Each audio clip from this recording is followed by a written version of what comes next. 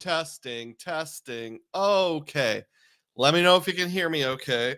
All right, it's like Men in Black. Look at the thing. I'm going to push the button.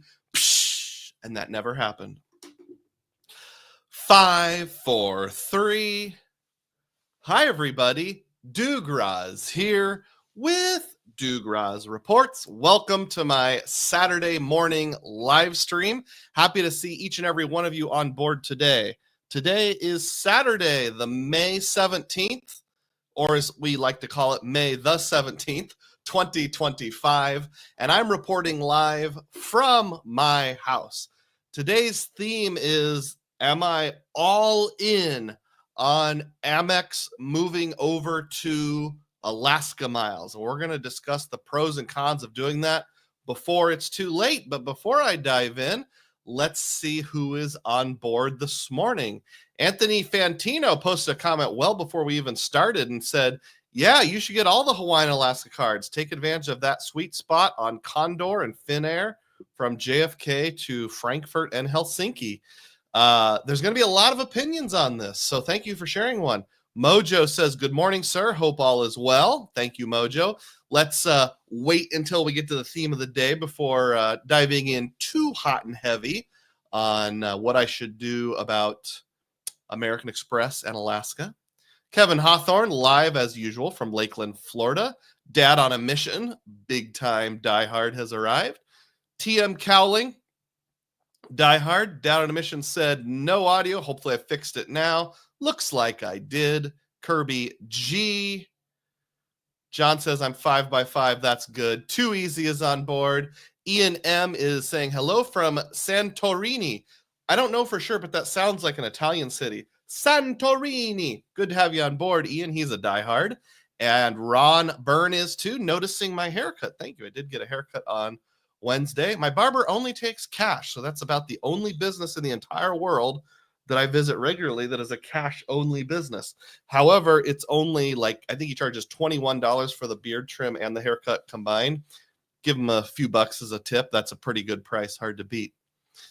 Texas Dog is on board. Anybody who's got that squiggly symbol next to their name is a diehard. That's a channel member. It's only $3 a month. Cancel anytime, and you get access to members-only videos. I've got more than 40 now, so go check those out. I don't even care if you binge them and then cancel. Ron also says, I got to go in a little while. Have to fix the fence my son broke while mowing. Facepalm. Hey, it happens to all of us. No problem, Ron. John, as usual, very consistent, dropping a $2 super chat. Celebrate, celebrate. Thank you, John. I appreciate that. And says, hair and beard trim DUGROZ? Indeed, John.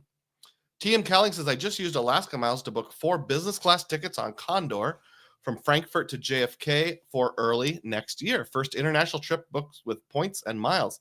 Sweet. Well, I hope that works out really well for you.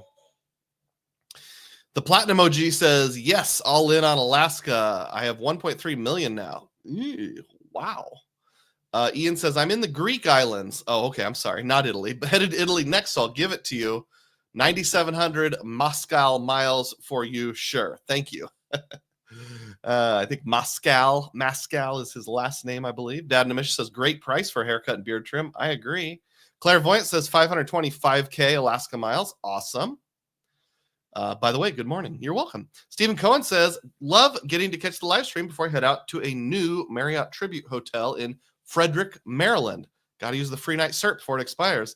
Indeed, you always do. Question, at what age would you recommend to... Well, there's got to be more to that. Let me know when you get to it. But before I get back to that, let me go ahead and dive right on in to the DUGROZ data points. So please click thumbs up, buckle your seatbelt, and here we go. Most of the data points, I think all but maybe 2 or 3 this week, are of a personal nature. Very few taken from other websites. First up, we have, you'll remember I mentioned when I went to Albany, New York, 3 or so weeks ago, whenever that was. After I came back, I noticed that the Staybridge Suites had charged me the room rate of $140 and change, even though I used a free night certificate to cover it. And it's like, that's not cool. Dude, not cool. So I called them and they said, oh, yeah, we already caught the mistake yesterday. Your refund's on its way. So just wanted to confirm that they did, in fact, do the refund. So just a reminder to always keep an eye on all of your transactions, even when using free night certificates, especially on those credit cards you don't often use.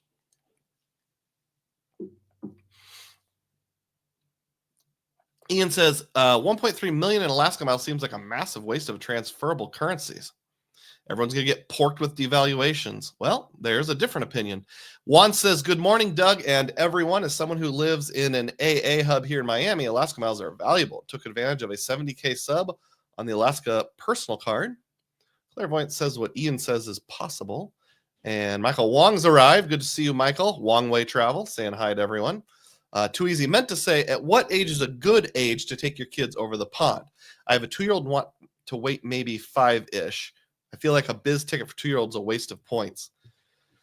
I'm sorry, Too Easy. I'm not going to be all that helpful in this one in particular because I didn't get into points and miles until my kids were already, well, they would have been 11 or 12. So I don't really have any experience with that. Anybody else want to offer an opinion in the comment, by all means do. Cesar has arrived. Mi hermano. Thank you, Cesar, my brother from another mother. And some other people saying hi to each other. So we'll keep moving on here with the data points. Next up, I also mentioned, I don't know if it was last week or the week before, I used an Amex offer for Mother's Day. Bought some flowers for my mom, some flowers for my wife. One of them was at a place called Simply Blooms. Spend $50 or more, earn $25 back. I felt like it was kind of expensive, maybe overinflated, but by the time you factor in the discount, hopefully worthwhile. Just wanted to confirm I did in fact get both of those offers in the form of statement credits shortly after using them. Teleflora was the one for my mom, got me $18 back. Simply Blooms was the one for my wife, got me $25 back. And here's a little bit of an opinion piece. Let me know any of you are flower experts or just people with opinions, and we'll dive in here. So Simply Blooms, this is one of those many companies like 1-800-Flowers that contracts with local florists. What I bought was the picture on the left with the white background. What we actually received was the picture on the right. Now, it still looks nice, but in my opinion, not as nice. For example, you'll see over here, we've got these, I don't know what they are, but the white flowers with sort of the brownish little bursts in the middle. And there's none of them over here. They have the carnations, but not as many. The blue flowers are kind of extruding out instead of tucked in. This one just looks fuller to me than this one over here. Not like a crushing disappointment, but I'm like, for a pair of flowers that was that expensive, what was it? It was $97 before the discount. It's like, that doesn't look like $97 worth to me. So what I did was, in the spirit of it never hurts to ask, there was like a link at the bottom of the receipt that said, click here if you have any problems. And I said, it didn't have any of the smaller white filler flowers as pictured. It only had roses, blue flowers, and baby's breath. It feels about 30% smaller than what was shown online. Could I get a $10 partial refund to make up for that, please? And they said, thank you for reaching out. We apologize. Your order wasn't as expected. Your request for a refund is being processed. So I haven't seen it show up yet, and that was 5 days ago. But they say they're going to give me a partial refund. Love to hear the opinions on that one in particular. I'll put the flower picture back up as we discuss comments because that's a little nicer looking, and I'll catch up here. Skipping over the comments of people just saying, hi to each other. Don't mind, but I'm not going to read them all. New Again says, morning, it should be illegal to bring anyone under 8 years old onto first or business class. I don't know about that. Pretty controversial. Rem GB says, good morning, DUGROZ. Everybody click the like button. That's a good reminder. If you haven't yet done so, we've got 42 people on board, which is decent for the first few minutes. The more people who click the like button, the more people come in and watch this. I'm always a little baffled, when I get to the end of my live stream and it's like, I had 97 concurrent viewers, which probably means I had like 180 viewers total, and only like 30 people have clicked the like button. I'm never quite understood what's so hard about it, but that's just me. QC Man says, how you doing, QC Man? Good to see you this morning. Also a diehard. It's like the difference between the Big Mac in the commercial and what it actually looks like. Still pretty good, but not exactly as advertised. I would agree with that. That is an excellent analogy. Mike Newland says, good morning, everybody. Hit like button. I love the members only videos. Thank you for the endorsement. Michael Wong says, how do you determine an award booking in booking Alaska Air versus Avios? For example, USA to London Heathrow. Let's save that for the main event. Thank you. If I forget, please ask again later. Too Easy says, I'll wait then until his kids are 11. All right. Well, hey, whatever suits your fancy. I honestly don't really have an opinion. I had a flight. I don't remember if it was going to or coming back from New York, whichever, where I was sitting it was the flight from Des Moines to LaGuardia where I sat in the worst seat ever on an Embraer jet, that very first row of premium economy, or not premium economy, but like Comfort Plus, where your legs are pinched and you're basically sitting in the aisle so everyone looks at you and runs into you. Like 2 seats ahead on the right was a mom, probably in her 30s or 40s, with a little boy who was probably 3 or 4. And he was perfectly well behaved. So he had a business class, or in this case, domestic first class seat all to himself. Didn't bother me at all. Public service announcement. Have you heard of the Real ID Act? Sometimes it's called a Gold Star ID. At least here in Iowa, that's what it's called. As of May 7th, 2025, you'll need a Real ID Gold Star in your driver's license to fly within the United States. I don't have this yet, but I do have an appointment to get it in about a week and a half, and my wife does too. Now, we have passports, which already is compliant with the Real ID Act, but just for the sake of knowledge, you'll want to tuck this away. Our thought process is it should be a backup plan. Say we lose our passports halfway through our trip this summer. It'll be nice to have at least a driver's license that is compliant with the Real ID. So if you haven't done that yet, you're going to want to do it, because if all you have is a driver's license for ID and you're planning to fly within the United States, which includes coming to or leaving the United States, you're going to have some issues right here. Boarding domestic flights after May 7th. Same thing with military bases, etc. So public service announcement. Don't forget to do that. Yuri BSU's on board and says, hi, all. Click that like button. I agree. Too Easy says, my boy is pretty good with flying, though he's been flying since he's been 6 months. I guess I'm more worried about the long haul. Another thing to mention, and I've never personally experienced this, but I know Nick Reyes from Frequent Miler has said, be choosy about your business class seats, because if it's like the newer herringbone formation where everybody has like a little pod and they face away from each other, that can be kind of bad with little kids. Like say your 3-year-old starts freaking out and it's during takeoff and you can't like get around the corner to comfort them, or they puke and you need to clean it up. It might actually be better to go for something like premium economy. Whereas if you have the older style, which I know like Lufthansa uses, well, last I knew, this might have changed. It's more like they're all in pairs. There's like a seat of 2, a seat of 2. So if you have an odd number of kids, that doesn't work out. But if you're like me and you have 2 kids, mom can sit next to one and dad can sit next to one. Too Easy says global entry works better than ID, in my opinion. Awesome. QC Man says if you have global entry card or passport, you can use that too. I've never signed up for global entry because so far in my life, I have left and then entered the country once ever. I'm going to do it this summer. Maybe I'll regret it when we come back into the country. I've just gotten by with regular TSA pre-check. I know Chad Pennycuff lectured me just a little bit that I should go ahead and get global entry, and maybe I will, but I don't want to take time to do an interview when I'm traveling with my family, which is the only time I'm traveling overseas. So maybe I'll take a flight to Toronto or something. Toronto, gosh. And do that at some point. Mike Newland says, I have the TWIC card and it works also. I have no idea what that is, but thanks for the info. Next up, this has nothing to do with points and miles. It kind of has something to do with YouTube and videos, just sort of a point of interest. Yes, this is a screen grab from the dash cam in my car, or more specifically, the car my wife mostly drives. I do a lot of my videos in the car. my Frugal Points series, where I drive in my car and talk to you about the philosophical side of points and miles. If you're not subscribed, you'll want to do that so you can watch some of those videos.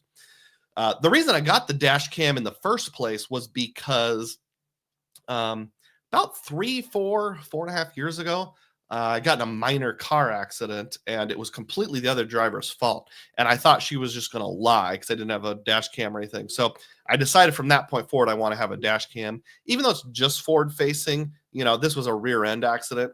It would at least show that I was holding perfectly still. I wasn't backing up. I wasn't trying to turn across a lane of traffic. So if you're holding perfectly still and something jolts the car, you'll know that you're innocent. Side benefit is using it for YouTube. But a week ago yesterday, my wife was driving to a concert that my kids were involved in, and actually caught an accident on camera. Really, fairly good. I don't mean good like it's good to have an accident, but she was basically at a stop sign coming off the interstate, and coming into screen from the side was a red car that made a left turn from the right lane, cut across the path of a motorcyclist, and the motorcyclist hit the car, flipped off his motorcycle. Now, I'm pleased to report his injuries were non-life threatening, non-serious. In fact, we don't really know him well, but we know one of his children a little bit. There's got to be some joke here about everybody knows each other in Iowa, but his grandson goes to the same school that my kids go to.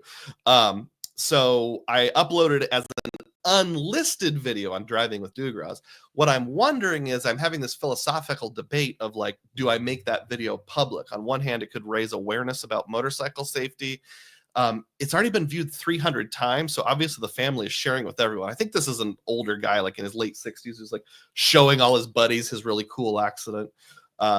He might have cracked a rib, but he didn't break any bones, just lots of road burn and bumps and bruises. So let me know if you have an opinion, if I should share that, or if that's not cool to share.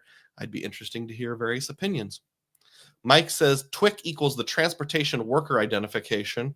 Oh, is that if you're a over-the-road truck driver or something like that, and you travel into Canada or Mexico? Cool. Moving along. Okay, so there's this new thing. I'm not really even sure what to call it, but if you're going into England, Wales, Northern Ireland, or Scotland, the United Kingdom, you have to have something that's kind of like a visa moving forward. I think it's called the electronic entry certificate. And obviously my family's going there this summer. There was a Frequent Miler article that Greg shared about it's difficult to scan your passport. I think they've updated the lingo. So if you are using that random app to get into the United Kingdom, they now have instructions that tell you open the passport to the back page and inside the back cover. It was actually really easy to do. It only took a few minutes. You do have to take a selfie and a face scan.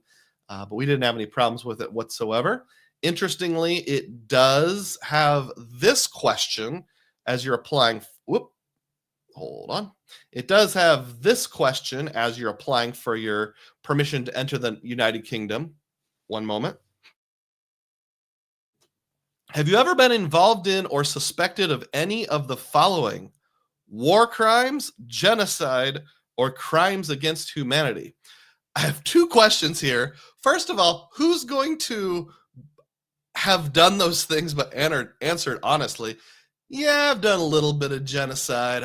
I guess, I'm evil enough to commit genocide, but I'm not evil enough to lie about it. Secondly, some people are just going to be really disappointed because they're not going to be able to get into the United Kingdom if they've committed any war crimes or genocide or anything like that. But anyhow, so I was able to use Touch to Pay for it. I used my US Bank Altitude Reserve for a couple of them. You can see up here at the top, it coded as UKVI. I don't know if it's Visa Electronico. I don't know what that all stands for. Just a touch over $22, depending on the exchange rate. I think it's 25 pounds or something like that. Yeah, so that is that. Moving on to the next data point. Well, actually, I'll pause for just a moment, catch up on comments here.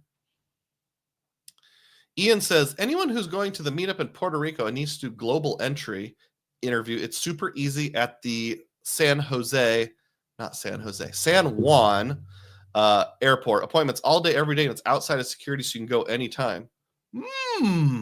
Thank you for the tip. I'm tucking that away, Ian. I appreciate that. Because yeah, like if I'm still there, say Tuesday morning, maybe I'll just go a little early. Mike says it's a money grab, a stab. It's a money grab, esta. Not sure what's a money grab. Maybe I'll get there eventually. Do you mean the UK visa type thing? Ron says, were you able to apply for your wife and kids at the same time for UK entry? Well, not exactly, but it's not like you have to set up an account. So I just used my phone to do all four back to back to back to back. So functionally at the same time, yes, not the exact same time, but I was able to do them. It took about 7 to 10 minutes per person. So one evening I just sat down and did it. Matt Clausen's on board, says war crimes are totally allowed as long as you're valuable enough. Okay. Ian says, speaking of war crimes, anybody watch The Night Manager? Interesting. Don't know anything about that. Dad on a Mission said, I was on a Greyhound bus in Arizona and Border Control came on board and asked anyone here illegal. And the guy next to me raised his hand. He didn't understand the question. Yeah, that's interesting. I have a story that I probably can't share because it's involved with my work, but I work in the world of insurance, and I have had 2 situations where people have basically admitted they entered the country illegally. One I think was a mistake. The other one was just like brutal honesty. It's like, you're not allowed to sign up for employer-based insurance if you're not working legally. Very awkward. Cesar says, agree that the global entry in San Juan is fast and easy. Sweet, that's good to know. QC Man laments that Slobodan Milosevic couldn't enter the UK easily if he was still alive. That was the guy from the Bosnian War, right? Yuri BSU said, Doug, do you have a video regarding how you booked your flights to the British Isles trip this summer? Looking at my options, 2026 school spring break family trip. I have a couple of live streams where I did go back around like December, from like late November, I think through maybe January, February. I've got the whole Condor debacle, and there'll be a couple of those on there. So you might just have to look at my live streams from around late last year through early this year, and I had several that were on those topics. Matt Clausen, if he was a nuclear physicist. Oh, I see where you're going with things. Okay. New Again says, war crimes and genocide interview. Reminds me of that old Tracy Ullman skit. Worth a watch. The only thing I know about the Tracy Ullman show is that it's where the Simpsons originated. Matt has a point. Matt says, or committed atrocities in the name of science. Sorry. Anyway. Yeah, let's move on from the war crimes thing. I thought there'd be more laughing at the Anakin Skywalker reference, but you guys all want to get all serious about war crimes. Our viewership has dropped from the 40s down into the high 30s. So please click thumbs up and more people will hop on board. At least we hope so. Next DUGROZ data point, another overnight Hilton price hike all the way to 200,000 points per night. This one is hat tip to Frequent Miler. Thank you, Frequent Miler. Basically, the gist is earlier this week, some people noticed when they logged in that the very high-end Hilton properties, like Waldorf Astorias and those kind of things, although there's not an award chart published, historically they've capped out at 150,000 points per night for a top-end hotel, like whatever their highest category is. But now they're noticing some of those have gone up to 180, 190, and even in a couple cases, 200,000 points. So you could call that a devaluation. It is a devaluation. It's not an across-the-board devaluation, but it is a devaluation for at least one specific use case. Yuri BSU says, oh, the Condor saga. I recall now, indeed. Double Animal Fries says, hey, DUGROZ. Hey, Double. I love your username. It's one of my favorites. Clairvoyant says, I got denied global entry due to my name. I've tried to get a traveler redress number, but I can't until I get detained at the border. Interesting. Matt says they literally said your name. I don't know what that's a reference to, but it's probably something related to war crimes or Oppenheimer or something like that. So I don't really watch a lot of movies. Moving on here. Next DUGROZ data point. Speaking of what Yuri was talking about, in one of those live streams, I mentioned how my family was getting home from Europe this summer. And this is just sort of an update on that. Nothing has changed in terms of the flight, just how we think about the valuation on those kind of things. So this is a flight that was on Lufthansa and Austrian Airlines combined, booked through Aeroplan. And it was $70K per seat with about 138 in fees. I say about because, there's an exchange rate involved. The cash rate at the time of booking, down here in the corner, it says at booking, was $5,713 each, which comes to 7.9 cents per point. But then, just out of sheer curiosity, I went back and checked to see how much that's going for nowadays. This is as of right now, as of May 2025. Fees are the same, points are the same, but the cash rate has dropped by, what did I say it was before? I think it was 5,700. It went from 5,700 down to 4,600. So a little over $1,000 each, which takes the cents per point down to 6.4. So what I'm wondering is, for the purpose of bragging, do I say that I got 7.9 cents per point or 6.4 cents per point? Obviously, flights change in prices. Sometimes they go up, sometimes they go down. Lufthansa decided to lower the price on this one. So how do you determine bragging rights or looking at value or what you got? Is it the price at the time you booked, or is it the price at the time you fly, somewhere in between? Or is this just a subjective thing you can't really put a valuation on? And then another interesting point, something just I checked on out of sheer curiosity. Back in January, I posted on my community tab that there was fantastic flight availability from Munich, Germany to Boston in Lufthansa business class, 9 seats. It was on one specific day, July 9th, 2024. Now, that date didn't work for us. Another reason why you might want to become a channel member is because you get this kind of stuff early. I think I sent it out to all diehards, waited about 8 hours, then I released it to everyone. It was on the big old A380. Very great value, even greater than the value I ended up getting. I didn't actually do the math at the time, but just a day or two ago, I went back and did the math just because I was super curious. This flight's not available anymore, at least not with points. But if you had jumped on it at that time, it was 60K per seat with Air Canada. And at the time, there was a 20% bonus. If you have the Aeroplan card, that jumps up to a 30% bonus. So you only needed 48,000 miles and $180 in fees to make that happen. The cash rate sitting at $7,900. That would have come out to a whopping 16.2 cents per point. So I'm not really sure why I'm sharing this information, other than to say, always check the DUGROZ Reports community tab regularly to see if there's some epic things that I'm sharing with you. But also, I know channels like the Rewards Master has often said this, being adroit and willing to change or jump on a deal quickly when it comes up, having points available that you can transfer when something like this comes up, can lead to some pretty epic value from time to time, because who wouldn't want to get 16.2 cents per point? Catching up on comments here. Let's see. No probing involved. Okay. Ian says, I'm in a 190 per night Hilton property right now. Thankfully, it got 120K before the jump. Interesting. How are the Hiltons over in Greece? Quality Control Man says, honestly, my global entry interview was about 4 questions, all based on what I filled out on my application. Didn't think any of those questions were bad, to be honest. Ian says, invasive, took about 90 seconds. Did I miss a probing option?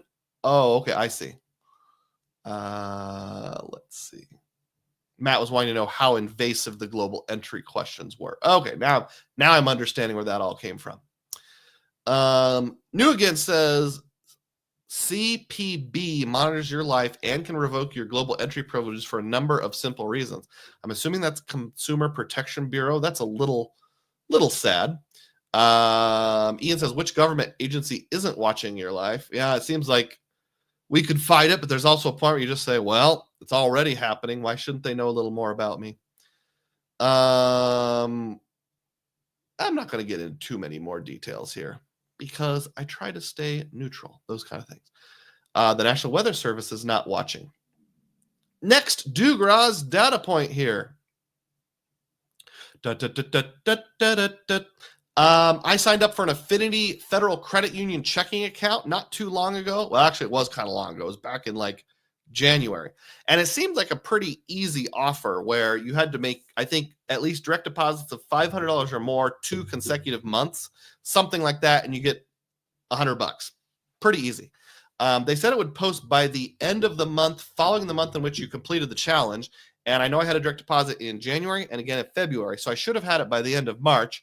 The end of March rolled around. I still didn't have it. So I had to either call them or I think I sent a message and they said, oh, your direct deposit didn't code as a direct deposit, which is weird because it was a literal direct deposit from my job processed by ADP, who processes, I don't know, like 80% of payroll in the United States. So that was kind of weird.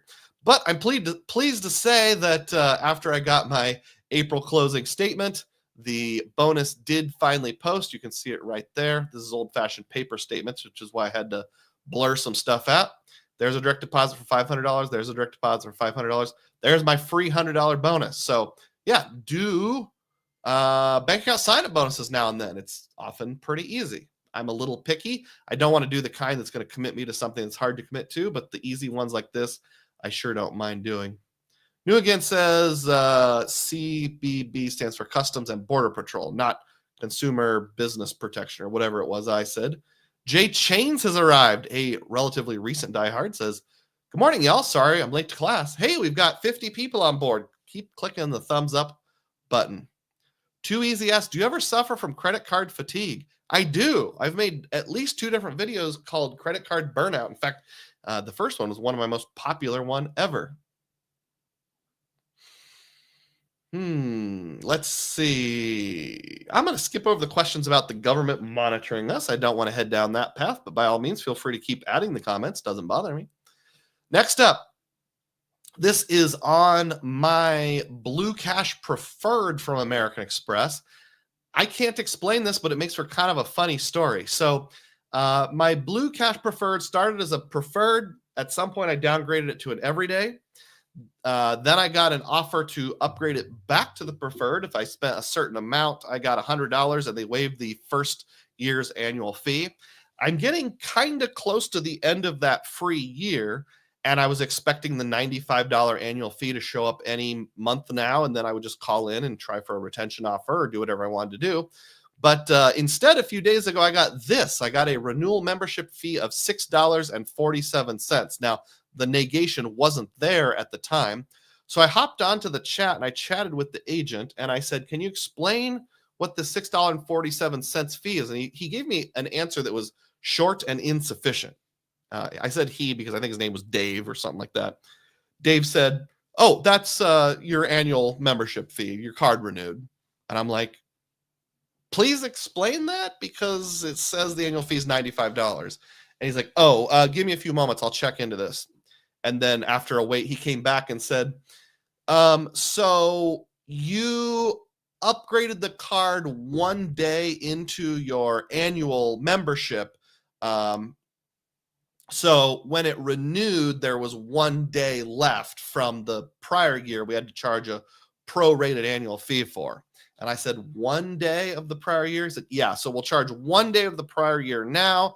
And then within the next 30 days, we'll charge you the standard $95.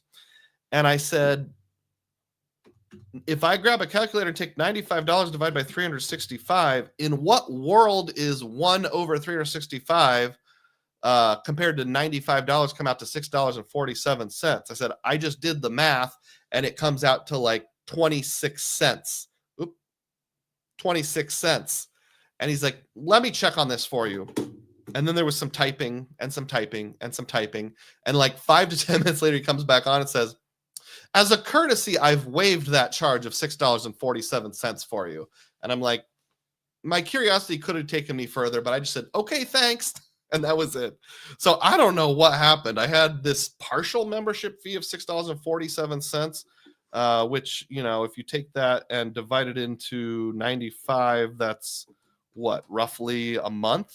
That's about 6%. So what's 6% of 12? Okay, about 3 weeks or so. So I just think the guy didn't know how to do the math, and he got kind of freaked out, and it was easier just to waive the charge than to do the math. So another example, just like with my flowers partial refund, in this game, it never hurts to ask. So if you see a weird charge, just ask about it, and maybe you'll get some money back. Let's see. Mertz is here. Mertz's points and miles. Love the data points. Favorite part of the lives. Thank you, Mertz. I appreciate that. I try to share kind of everyman things from the credit card points and miles game. If it applies to me, maybe it'll apply to you. QC man says exactly, DUGROZ. That math ain't mathing. I'm sure there's a reason, but if the representative can't figure it out, it's easier to just waive it than it is to explain it. I was amused. Nothing to do with points and miles whatsoever, but look at this picture right here. This is an ad for Instagram teen accounts. But man alive, when do you think this picture was taken? I swear, if it didn't say Instagram and if she wasn't holding a cell phone, I could swear this picture was taken in 1986 or something like that. This looked exactly like my sister's bedroom when I was a kid, and the kind of clothes she would wear and the hairstyle. It's like, are the 80s actually back, or is that just a advertising technique? I don't know. QC man also said you bullied your way into a waived fee with math. Indeed, if that's bullying, then I'm happy to do it. How about an in-person DUGROZ data point? I got a mailer for the business platinum card from American Express. This is on my wife's account, Mrs. DUGROZ. And the interesting thing about that is she already has a business platinum. So this would be one of those, hey, please get a second business platinum type things. Or what do they call it? Elevating your membership or expanding your membership or something like that. And the specific offer here is 150,000 MR points after spending 200,000 on purchases in 3 months. That's a little steep. Don't know if I can pull that off. It also has that $500 statement credit after you spend $2,500 in flights booked directly through the Amex portal.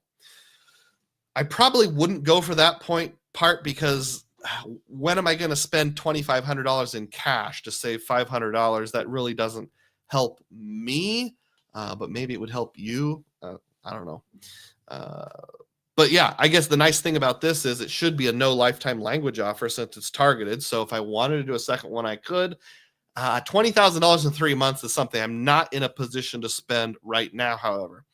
I actually have an upgrade offer. I had downgraded my business gold to a business green, which is just sort of a placeholder right now. And I had a targeted offer show up on my app a week or so ago that I can upgrade to the business platinum, which I've had before, from the business green. And I think I get 120,000 MR points, which isn't as good, but hey, 120,000 points without having to sign up for a new card, without having to take a new slot. And it's only 10,000 of spend. So that one's a lot more doable. In fact, I think if you did the math, the points per spend would be better on that smaller upgrade offer. Did I say $200,000? Are you sure it's not $20,000, not 200,000? It's 20,000. If I said 200,000, I sure blew it. Thank you for correcting me.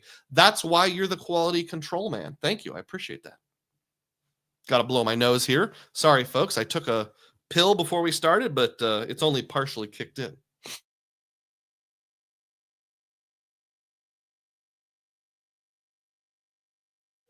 Thank you to all of you who put up with my allergies and asthma. I really appreciate it. Next, DUGROZ data point here. This is hat tip to the doctor of credit. There's a Chase offer out right now. I know it showed up on my phone. I believe there's also one at Wells Fargo. You can get a 10% rebate at Dollar General, maximum of $5. So spend $50, get $5 back. And I put this in here specifically for the benefit of Matt Clausen because I know he and Player 2 love shopping at Dollar General. So there's a little bit of min-maxing for you there. And then this is a public service announcement regarding Wyndham points, and there's two things worth pointing out. I'd mentioned on a live stream probably back in February or March, I don't remember what it was. Wyndham came out with an offer on their shopping portal between this date and this date, I don't remember what it was. Make any purchase through the shopping portal, and you'll get an extra 2,000 points. So sure enough, back on April 21st, I got 138 points from some sort of purchase. I don't even remember what it was. I think I bought an Airbnb gift card, which I don't know how in the world that came out to 138 points. Sometimes Wyndham has some very creative math. Like if it was 5 points per dollar, that would be 125. But sometimes Wyndham will randomly give you like an extra 7 points or an extra 13 points or whatever. Anyhow, I made the one purchase and I got the 2,000 points. So just to show that it worked. Now, it didn't show for a while. This purchase was probably made back in March, but the points landed in my Wyndham account on April 21st. And then the other part about the public service announcement, this is just good to know. Wyndham points do expire, and they have two different types of expiration. There's a rolling expiration and a hard expiration. I'll go in reverse order. Well, not reverse to the way I said it, but reverse to the way it's listed on the screen. The rolling is 18 consecutive months without any activity. So my points will expire in October of 2026, which is 18 months. Does that check out? 18 months, that'd be a year and 6 months, year and a half. Yeah. It was in the 4th month, so add 6. That's the 10th month of next year. So they'll expire in October of 26, but that's easy. I could go to a gas station, buy 1 gallon of gas on my earner's business card. Now, don't wait till the last second because it can take a month and a half to post, and that'll reset that 18-month clock. But then they also have a hard 4-year expiration. And of my Wyndham points, I don't remember how many I have. I think it's 40,000 or so. 5,000 of them will expire on November 30th, 2028, which is obviously 4 years from when I either earned them or bought them in November of last year. So just kind of a heads up, don't let your Wyndham points expire. I love using Wyndham points for cottages.com on lodging in the United Kingdom and a little bit of Vacasa. I've used it twice ever for actual Wyndham hotels. Not a lot. Catching up on the comments here. Oh, there really aren't any new comments. So put a comment over there just so I know you're still watching. Let's see. Last week we went over your favorite type of cow. Let's just do what your favorite barnyard animal is today. So whether you're live or watching this after the fact, please go down to the comment section. Let us know your favorite barnyard animal. Chad's Money Minutes has arrived and says, yo, how you doing, Chad? Glad to see you on board this morning. Next data point, this is more of a hat tip. I want to give a hat tip to user Mushu Pork, who I saw on a Reddit post, although I've seen Mushu other places too. There was a Reddit post out there where somebody said, did you know you can get effectively 1.625 cents per point paying yourself back with Aeroplan if you take advantage of a 20% transfer bonus, which Chase seems to offer twice a year, plus the 10% in the card, take 1.3 times 1.25. It's like getting 1.625 on every single transaction that's travel, and you pay yourself back. And they said it like it was this new revelation. In fact, it was even titled something like The Secret Method of Maxing Out Your Aeroplan Points. And in the comment section, Mushu said, this is the DUGROZ system. He put a period after each letter, so I have to think of some acrostic that'll fit with that. But I just appreciate people that give me hat tips and acknowledge like things I've been talking about for a year and a half to 2 years. I'm not upset with the Redditor because he may have never seen a single one of my videos, but it is kind of funny how in this community sometimes we'll each come up with things independently and we think we have a great new idea, but we don't. And in fact, there's probably someone who figured it out before me. I was just the first person to loudly declare it. I'm not even a member of Reddit, but I lurk there occasionally. Chad says, hey, everyone, first day off in forever, LOL. Oh, glad you have the day off. That's pretty sweet. Next DUGROZ data point. This is really weird. Tell me if any of you got this. I got an email from Amazon earlier this week. Technically, my wife got it because our Amazon account is in her name. And here's what it says. Hello, we're contacting you about an unresolved product return that you initiated on Amazon.com. Following a recent internal review, we identified a very small subset of returns where we issued a refund, but the payment never went through.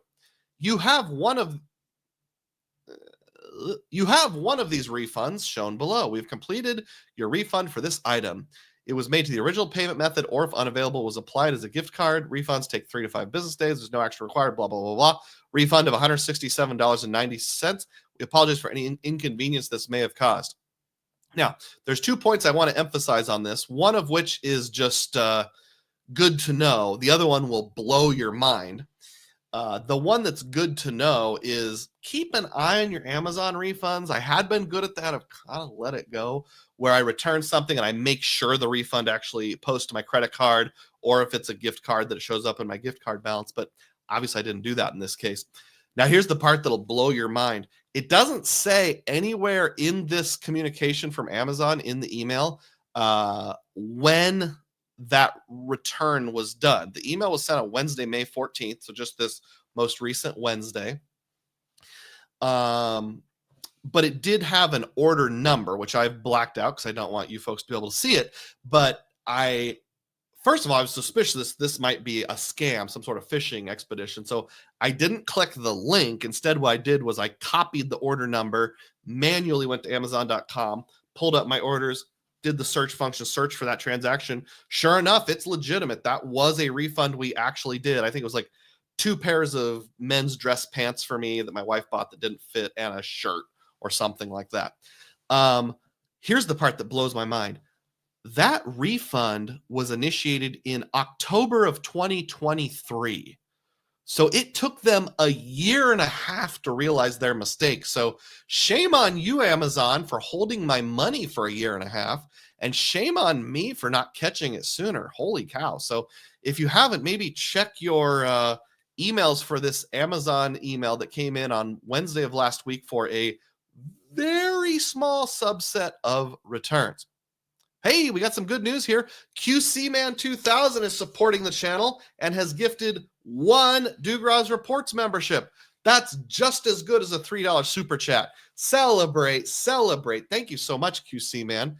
I forgot to share the screenshot, but I noticed earlier this week, I am now up to 70 channel members. It might be 72 or 73. Well, it's at least 71, thanks to Quality Control Man. I really appreciate that. So anything that you give to the channel, whether it's a super chat, super sticker, or as QC Man did, the gifting of a membership, that helps support the channel. So I would really appreciate that. I make about 40% of my revenue through donations. So if this is helpful, by all means, speak up, drop something down there. Whether it's a $10 or a 99-cent super sticker, I'm happy for all of it.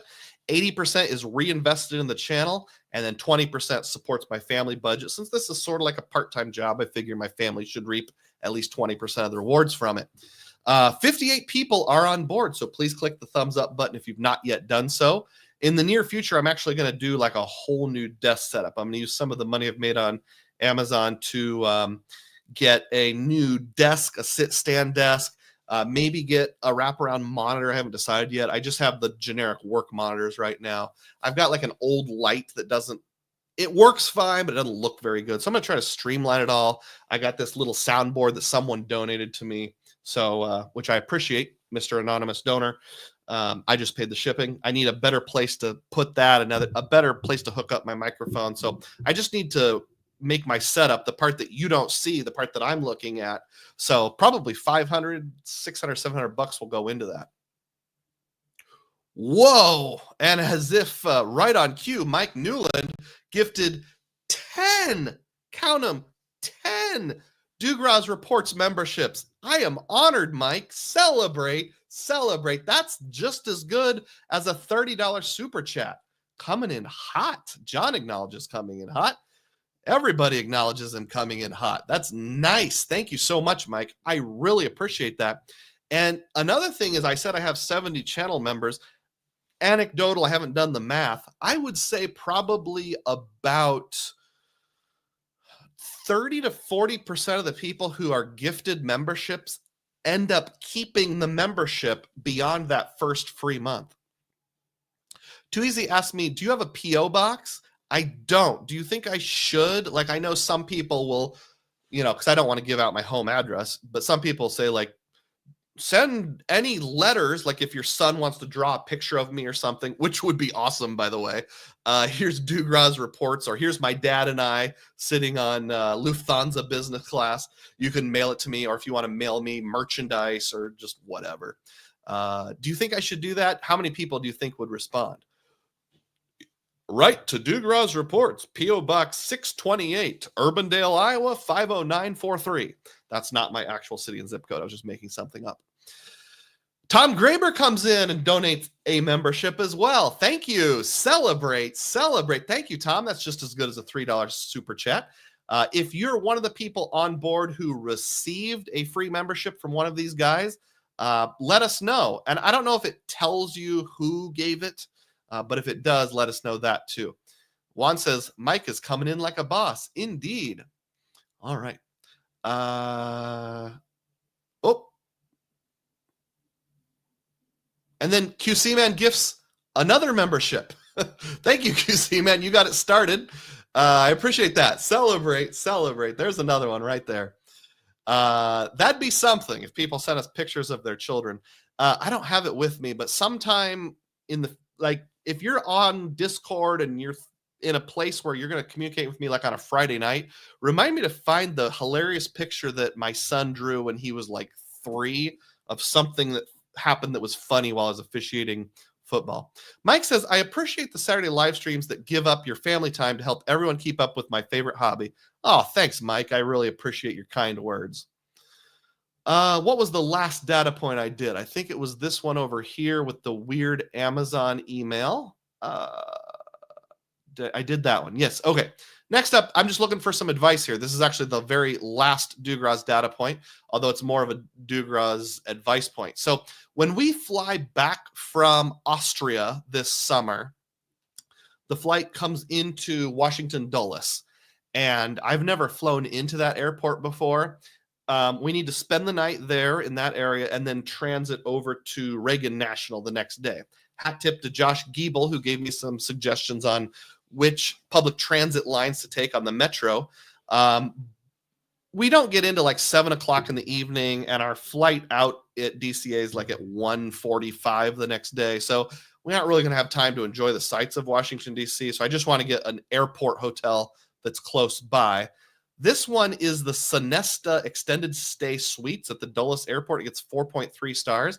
And this was really appealing to me for multiple reasons. Now, there's no Sonesta points program. Well, there probably is one. I know they have a credit card, but nothing that can be transferred from any currency. If you know of a currency that transfers to Sonesta, let me know. I don't think there's one. I know Frequent Miler pumped up their credit card once and came up with the creative title, Don't Take a Siesta on Sonesta.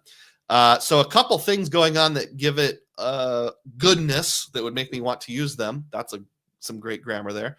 First of all, it's very close to the airport. I mean, from there to there. It's 4.3 stars on Google reviews, which is pretty good.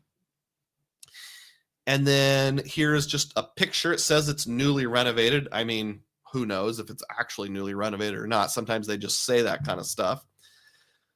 What really interests me is they have a suite that is perfect for my family. It's a 2-bedroom king and 2 twin room, or 2 double bed rooms. So there'll be a common area. Then there'll be a bedroom with the king size bed. That's for mom and dad, of course, and a different bedroom with twin beds, which is for the twins, of course, which we don't. I'm not saying we never will, but generally I try not to put us in the same room because A, I like privacy, and my wife does too, and B, we all sleep loudly. My kids toss, turn, and make noise. So, like, you know, my bed right there, their bed here. I don't love it. They're getting too big to share a queen size bed without, he's in my space, he's in my space, you know, that kind of stuff. He's breathing loudly. So it just works out a lot better when we have the 2 double beds or 2 queen beds for them in a whole separate room. With most hotels, you have to book 2 rooms. In this case, you only have to book 1. This is the non-refundable price, but if you get the refundable price, it jumps up to $249. It's kind of covered by the screenshot, but down here in the corner, it's like $281 with tax. I think I've got a better look at that here. There it is, $281 with tax. It says they have a sale going on right now, so maybe now's the time. And I did look on Chase Travel. If I wanted to use my CSR, exact same price. So fortunately, there's no price inflation.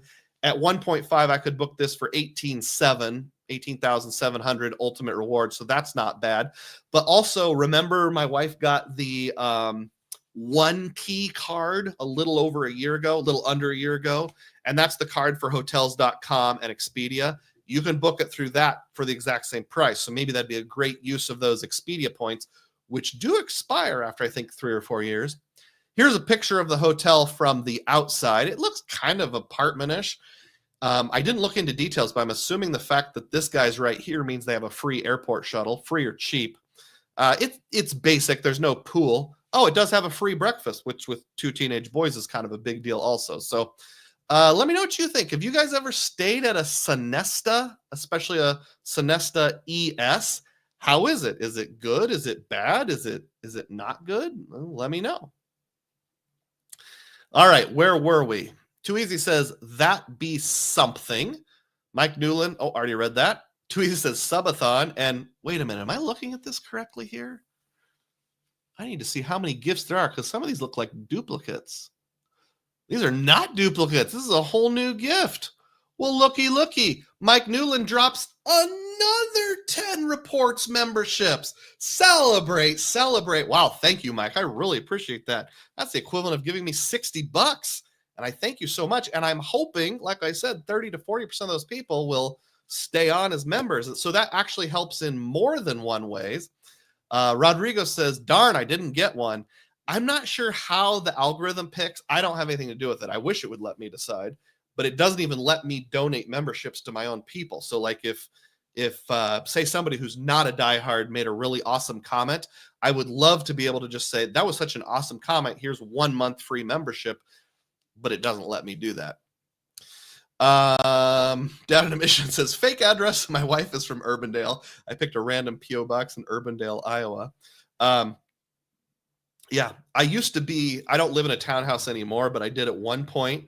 And we had a P.O. box in Johnston, Iowa for the homeowners association. I was the treasurer for 1 or 2 years. So I would have to drive by the P.O. box a couple times a month and check for people paying their dues and that kind of stuff.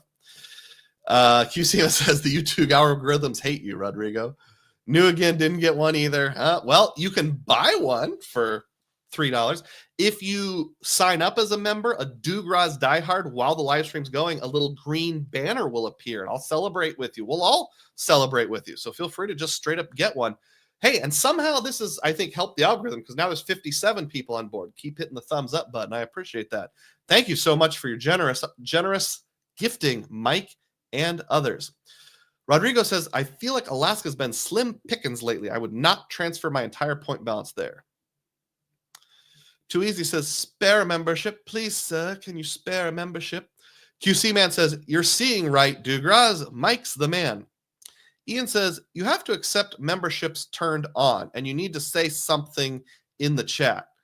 Oh, okay. So there's a setting somewhere in YouTube that lets you turn on accepting memberships, or it's on by default or something like that. If you know where to find that setting, Ian, let us know.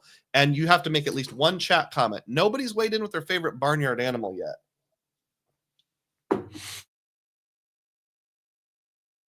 How about a duck?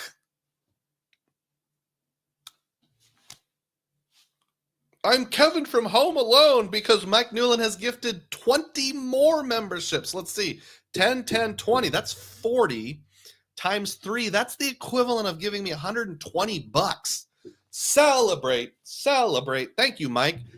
You have actually earned my first ever stand-up celebration on this show. Celebrate. Mike Newland is the man. Thank you, Mike. I really appreciate it so much. Juan says Mike Newland gets the Godfather of membership salute. Awesome. Ian says day yum. Texas says way to go, Mike. Stephen Cohen says day yum. All those free memberships and I got nothing. Kirby C says going crazy. And QC Man says day yum, Mike. You need to send some of that money to get Trey Hendricks re-signed. I don't know who Trey Hendricks is. Probably a sports figure. I watch the sports. J3 Carlos says, wow. So yeah, if you can all figure out how to click the buttons on YouTube to make sure you can accept memberships, please go ahead and do so. TH comes in and says $2 on a super chat. Celebrate, celebrate. Indeed, Mike is our daddy now. Ian gifting 20 memberships also. That's the equivalent of $60. Celebrate, celebrate. Thank you, Ian. Oh man, guys, I appreciate this so much. Thank you so much.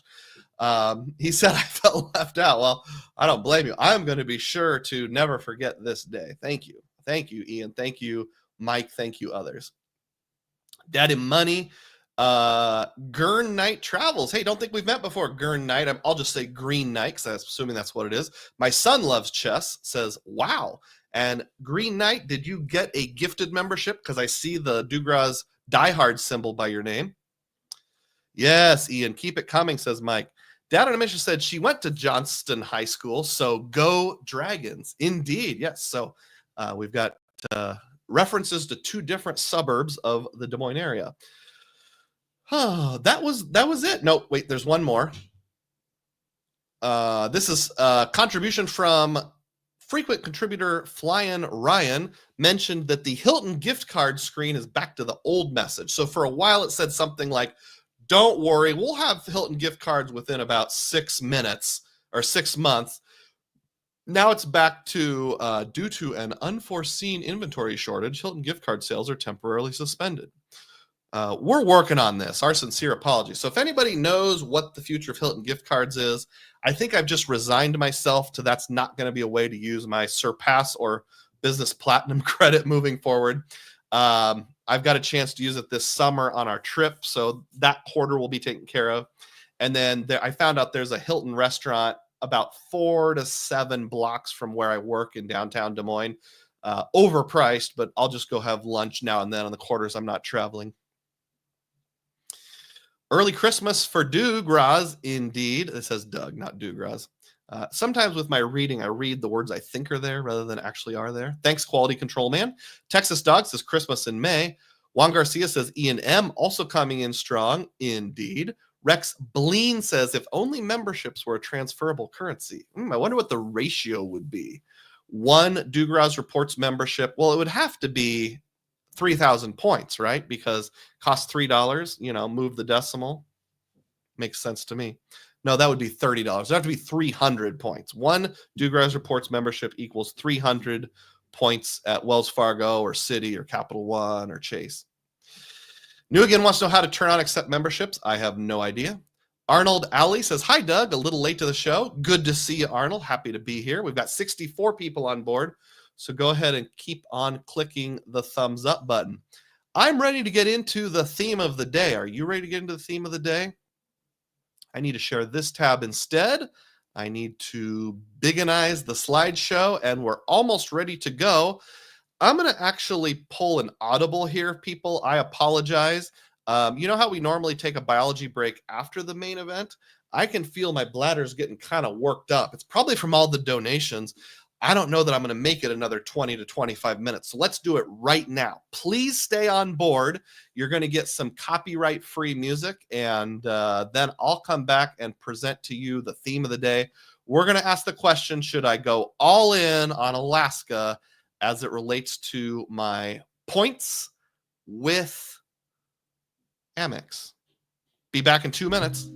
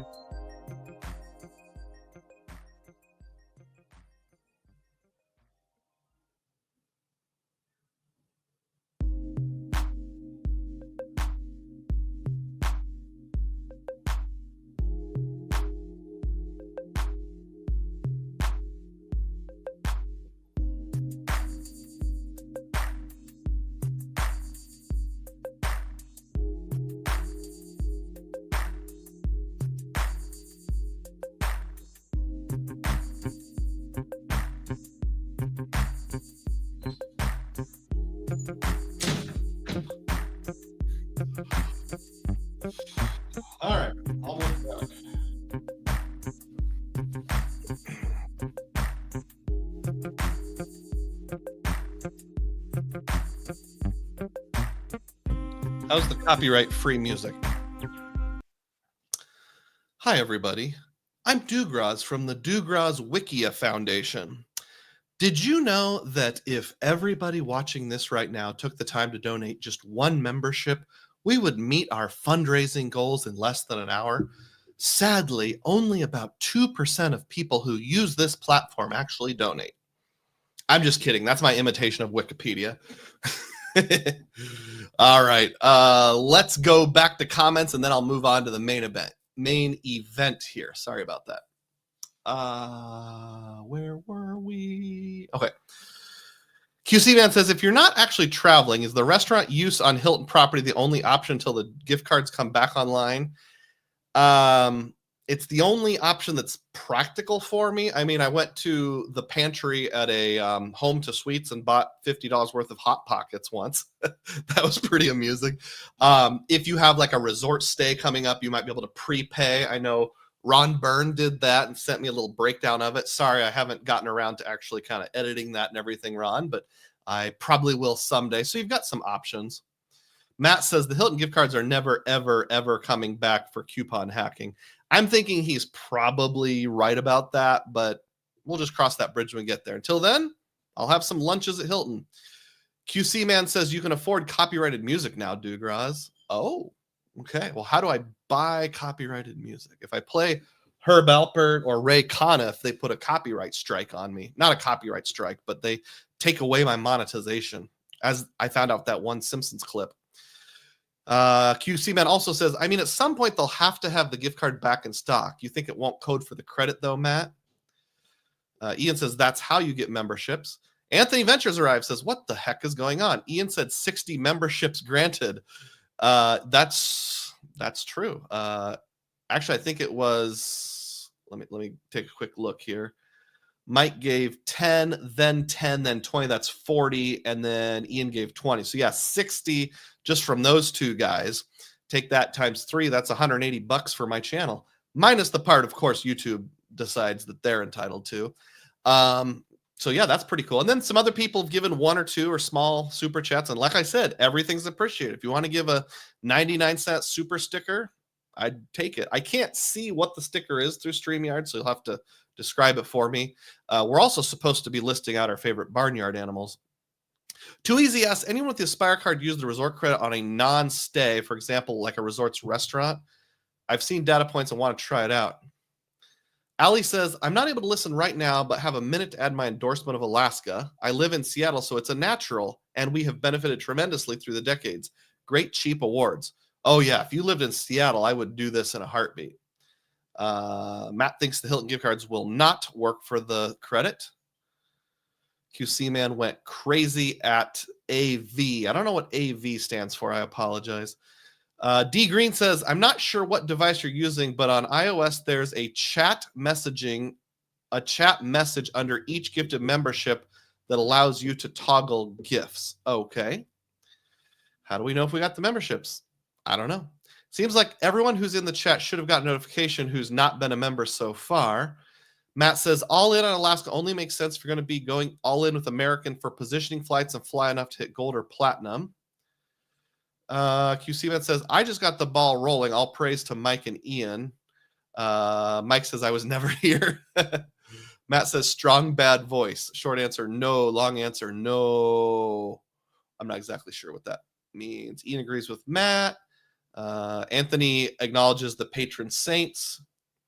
Clairvoyant says, what happened to all these memberships as most don't have that turned on? It does show me a list of who became a member. I wonder if I can access it right now while everything's going on, or if it doesn't let me do that. I'm not sure if it updates it live or not. We're about to find out. Your membership so far.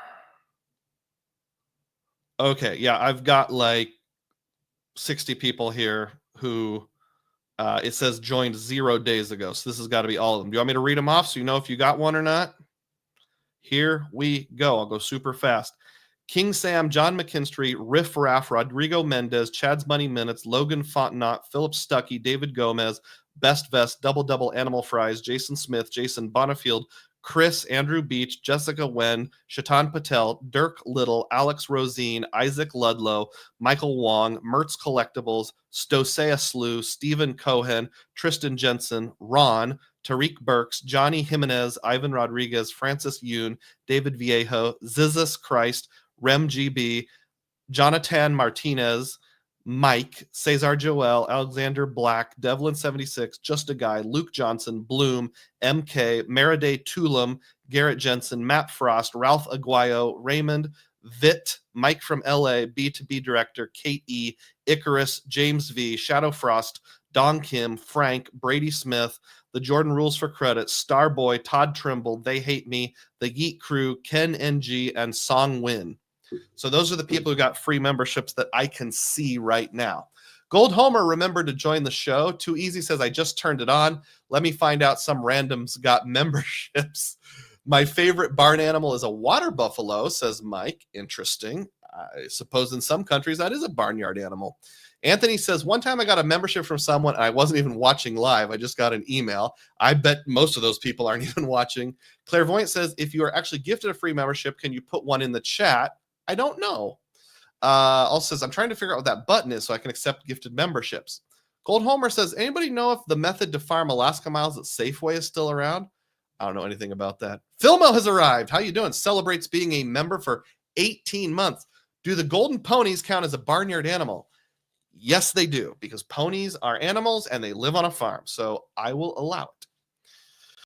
Texas Dog says $1.99, gave $1.09 super chat. I don't know how to gift memberships for my phone. That's okay. Celebrate. Thanks, Dog. I appreciate the $2. Ian says just Google how to turn on accept gifts. There's videos on how to do it. I tried to post a link, but it didn't show. New Again says no such info is presented. I'm very recently using iOS. You can't from iOS. You need to go to the browser to the full site. Matt says too many people are allergic to simple Google searches. Texas Dog says thank. Todd Trimble says looks like I'm a member now. Let the binge watching begin. Absolutely. Cesar says I like Alaska miles. They're great, and I went all in when it started. Cesar the diehard now. Ken NG says thanks for the membership. Appreciate that. Cesar says Alaska's great. I went all in when the loophole started. Don't think we can do memberships from the phone, says Mike. All right, so let's go ahead and talk it over. Let's start the theme of the day. Should I go all in on Alaska? That is kind of the question, isn't it? I need to give a hat tip for this idea. So sometimes, not in addition to my members-only videos, I also do members-only polls or posts. And yesterday, I said, diehards, I need help with tomorrow's live stream topic. I have some ideas, but none are quite shaken out. Please participate in the poll and add any comments to spark my creativity. I'm not going to post the poll here because I want you to be a channel member to see the poll. But I actually ended up going with none of the ideas on my poll because Mertz's Points and Miles says, here's an alternative. With the news about Hawaiian transfers ending on June 30th, should you transfer membership rewards speculatively to Alaska? Pros and cons of speculative transfers, value of Alaska miles, etc. And then in addition to that, Matt Heron said, got to give some props to the merged company for actually giving a hard set date that's a reasonable amount of time out in advance. Maybe Built should hire from the Alaska Hawaiian PR team. Absolutely. I'm with all of that. So huge hat tip to Mertz's Points and Miles. I had actually thought like back, Monday?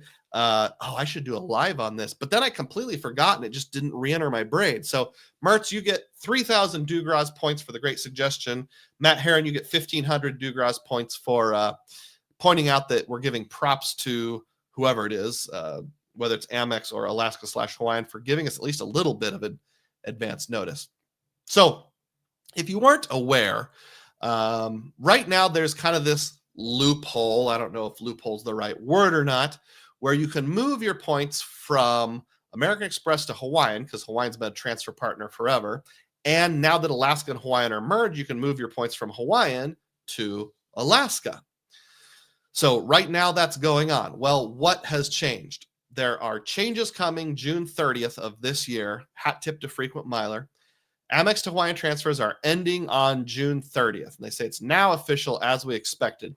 This was speculated because Hawaiian had announced that a lot of their minor partnerships like with rental car companies or like transferring to some obscure airline in the Philippines or something was ending on June 30th. So a lot of us thought this was probably the date too. Sure enough, it was. So hat tip to Frequent Miler for pointing that out.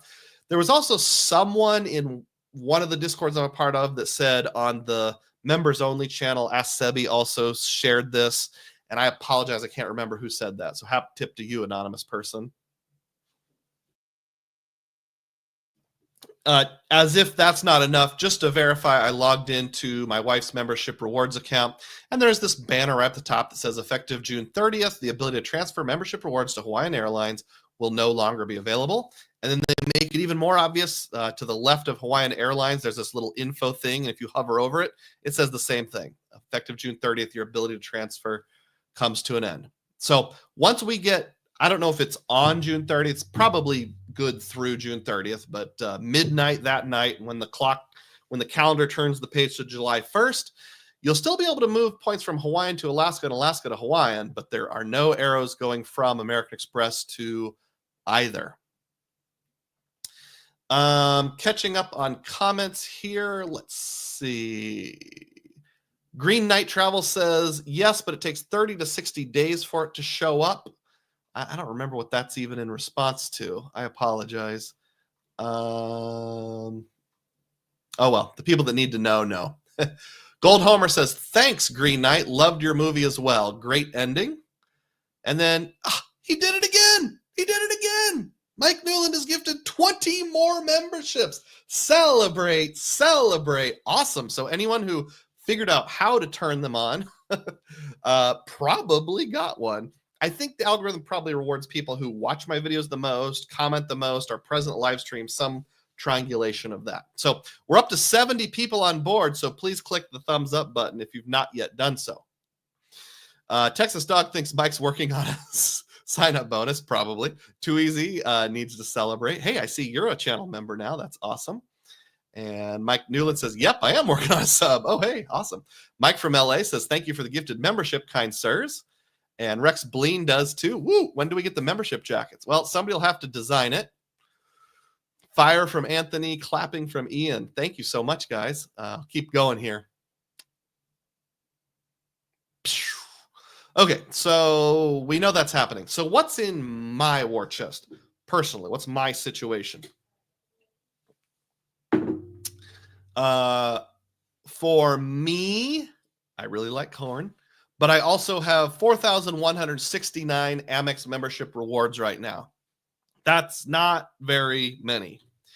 However, player 2, Mrs. DUGROZ, has 241,000 membership rewards points. So she's got a lot more to mess around with than I do. I'm not even going to bother counting mine for a couple reasons. First is it's not that many points. Secondly, something we need to keep in mind is every time you transfer points to a U.S. airline, your linked card will be charged an excise tax offset fee of 0.0006 cents per point with a maximum fee of $99. So I don't know exactly how the math works out, but I think it caps out somewhere around 165,000 points. Excuse me. So if I moved 165,000 from her account or more, if I moved all 241, that would be the maximum $99. Whereas if I did it on mine, I have to pay that a second time. And sure, it's not that much, but it's such a small amount. I'm not even going to worry about it. I find it odd that Amex is the only program that charges this to offset the tax they have to pay. I think that's kind of lame. I mean, if everyone else just absorbs it, you should too, Amex.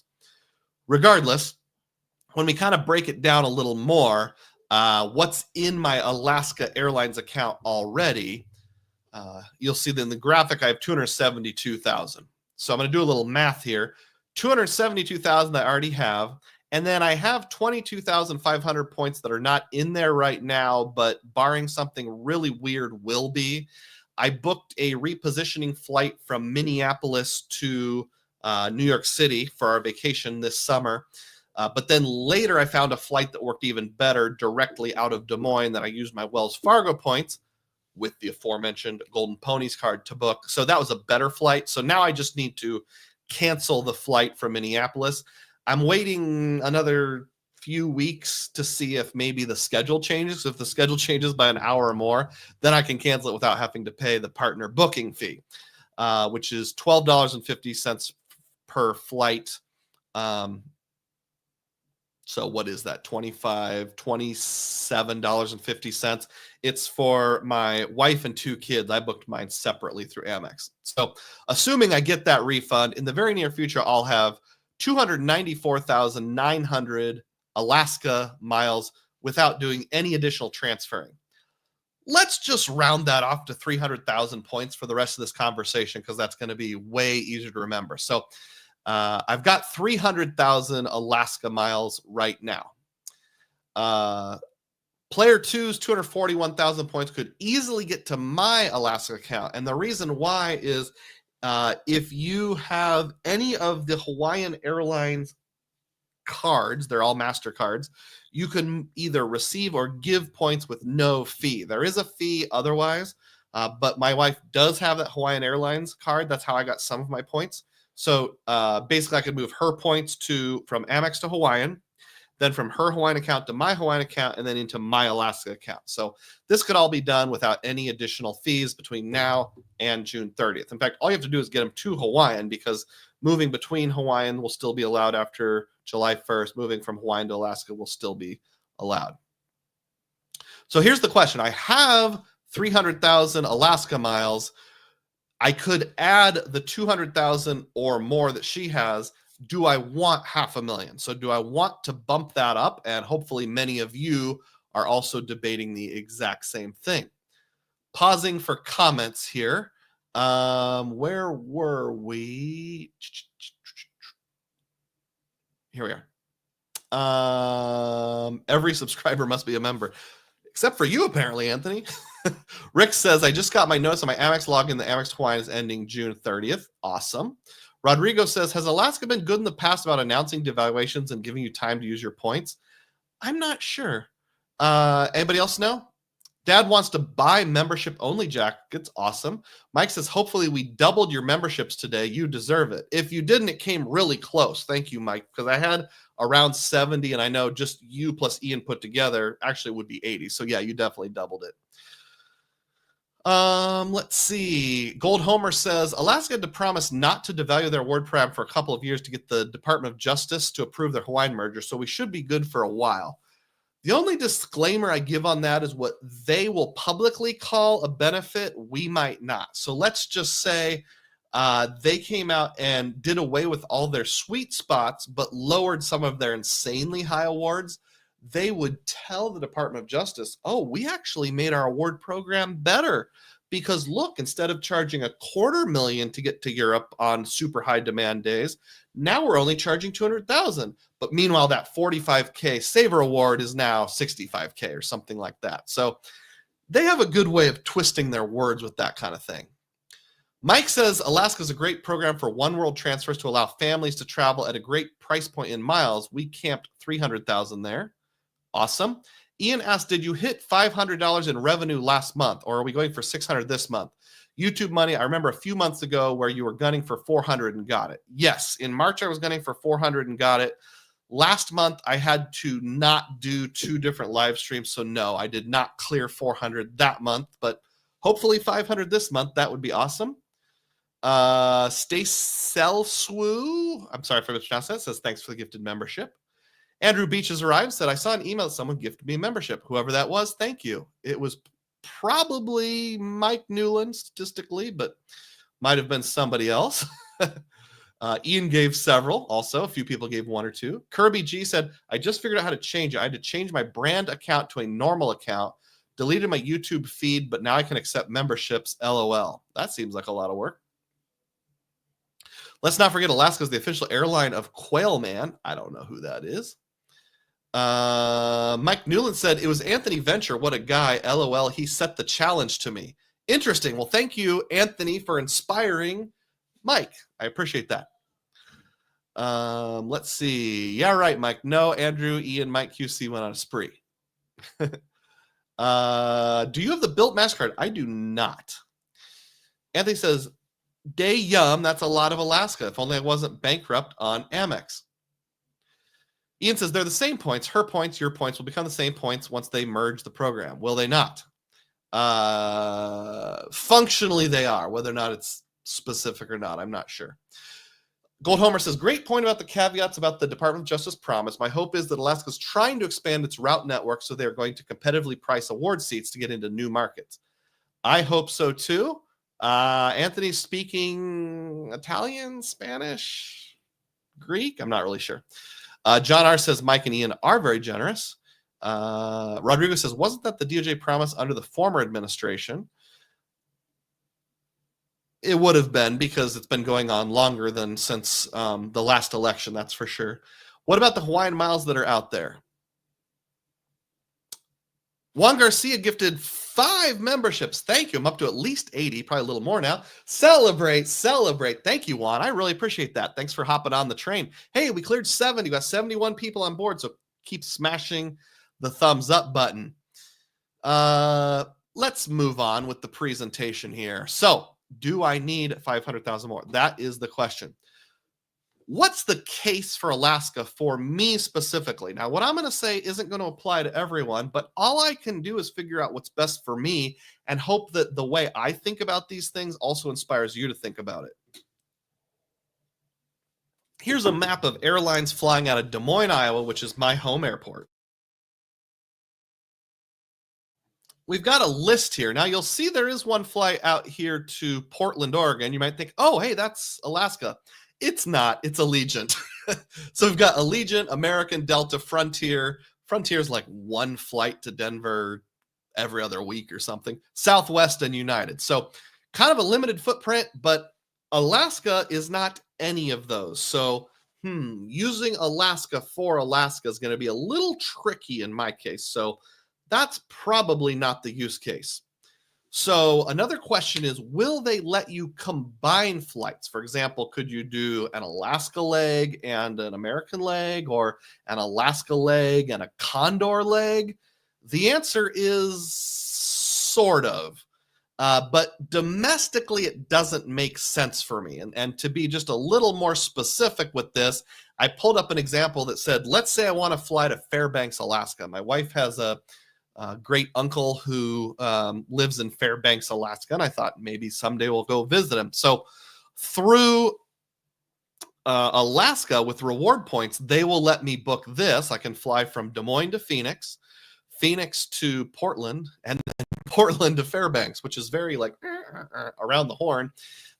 First class was all that was available, and that's 40K miles plus $24, which isn't terrible. I didn't look up the cash value of this one. But the reason I said it doesn't really make sense for me is because here's where the hubs are for Alaska. We've got SeaTac out in Seattle. We've got Portland. And then it kind of looks like San Francisco is a hub, although I'm not sure if it technically is or not. But regardless, it's all West Coast based. I fly to the East Coast about 3-1 over the West Coast, so that's really not helping out.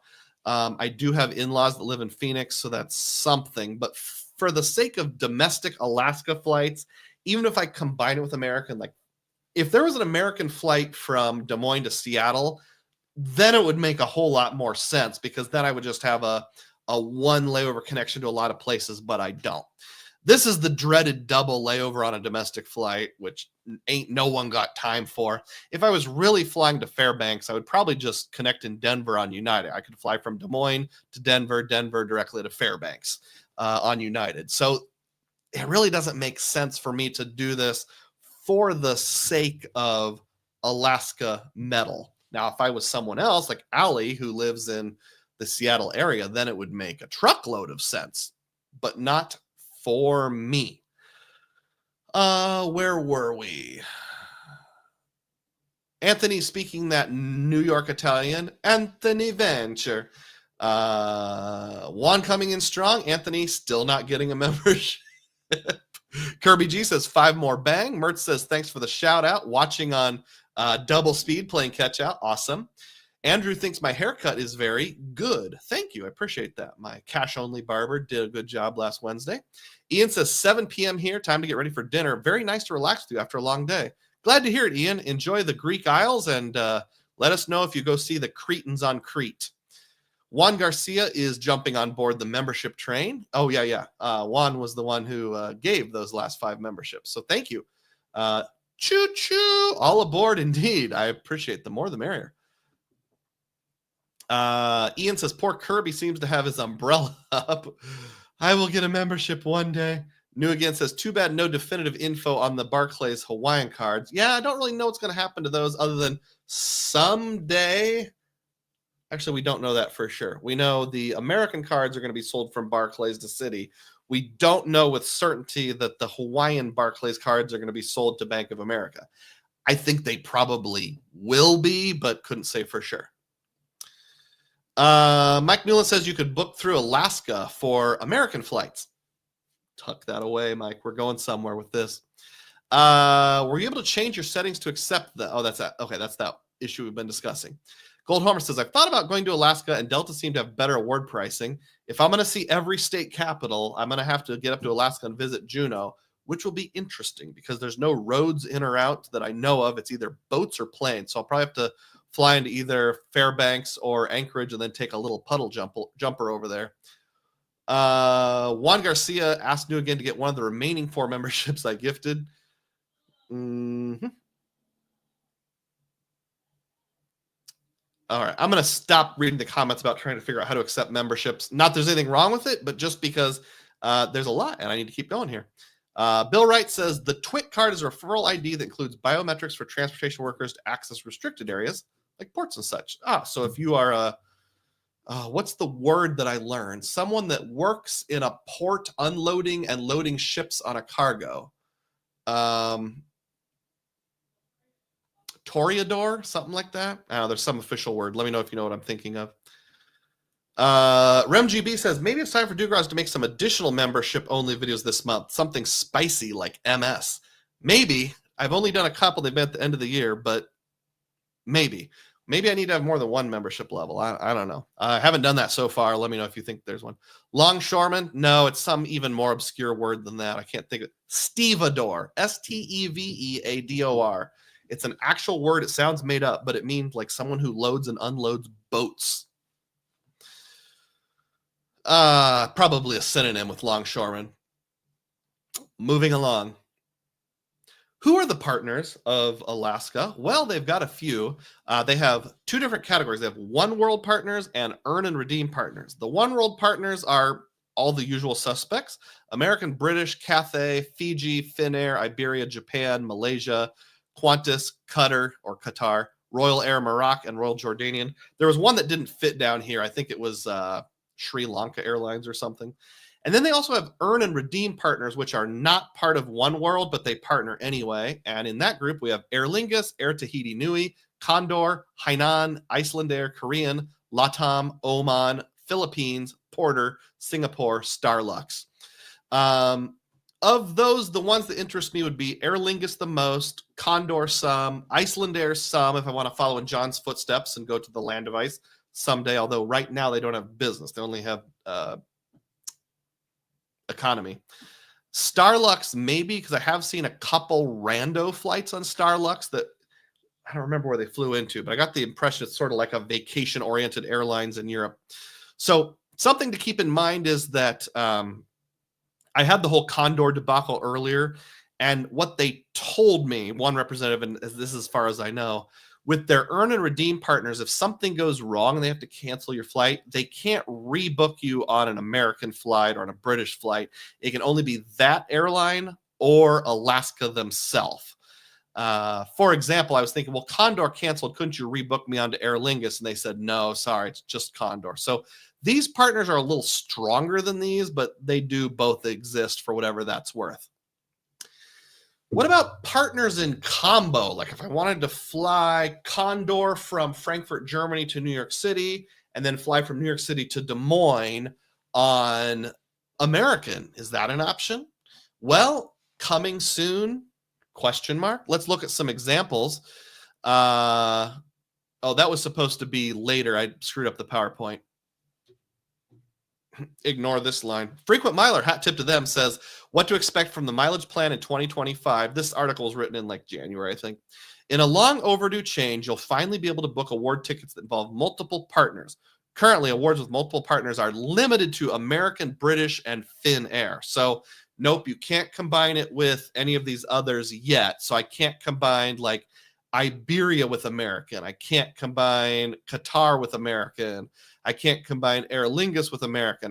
Keep saying American because that's the only one world that's going to get me in and out of Des Moines, Iowa. I can't combine Condor, Iceland to American. I mean, how cool would it be to use my Alaska points to make a single booking, fly American from Des Moines to New York City, and then New York City to Iceland? That would be cool. But so far, I can't. Let's look at some samples. Here's Des Moines to London on November 5th. I actually did look up all of these dates. These are real flights. This one's in economy. I could fly from Des Moines to Chicago and then Chicago on to London Heathrow. This is an economy for 22,500 miles plus $19. That's pretty good. Bear in mind that is economy.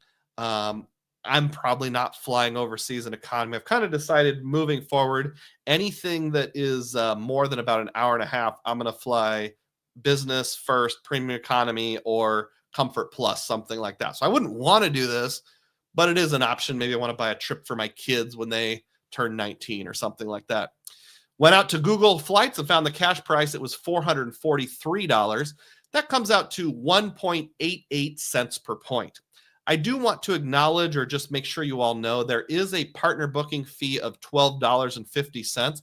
That's baked into this $19. So we think roughly $13 for the partner booking fee, roughly $6 for the 9/11 security fee that you always pay. And that is non-refundable. I just invented my own abbreviation, NRF, non-refundable. Now, during the Condor debacle and other things, I found out that if the flight is changed by more than roughly an hour, you can go onto the chat, ask them to refund it, and they will. But if you cancel it just because you want to cancel it or you have a family emergency, they're probably not going to refund that. Let me make sure everything's working here and catch up with the comments, if applicable. I don't even know where we are. Okay, I see Mike Newland gifted more memberships, and I don't know even where we're at. I'm so sorry, I've lost track. We got that one. I think this one was at 1111. I think Mike gifted another 20 memberships. Man alive, Mike. Did we just become best friends? Yep. We are buds. We are buddies. Celebrate. Thank you, Mike. Your generosity knows no bounds, and I really, really appreciate it. Thank you so much. Where were we? Let's see. I was talking about longshoremen. Need to do more DUGROZ Eats.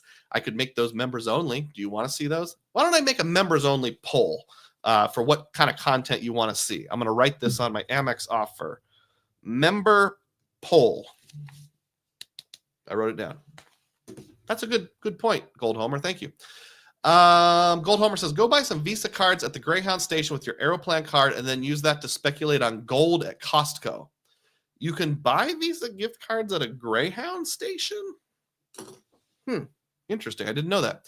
QC Man says, I was going to type Stevedore. Awesome. Matt says, at this point, it seems the Barclays cards get discontinued and turned into arrival cards. That might be. Gold Homer says, I didn't believe you, Matt, but I looked it up. Barclays does have transfer partners. They do, but nothing amazing. There's that gift from Mike that I just mentioned. Thank you.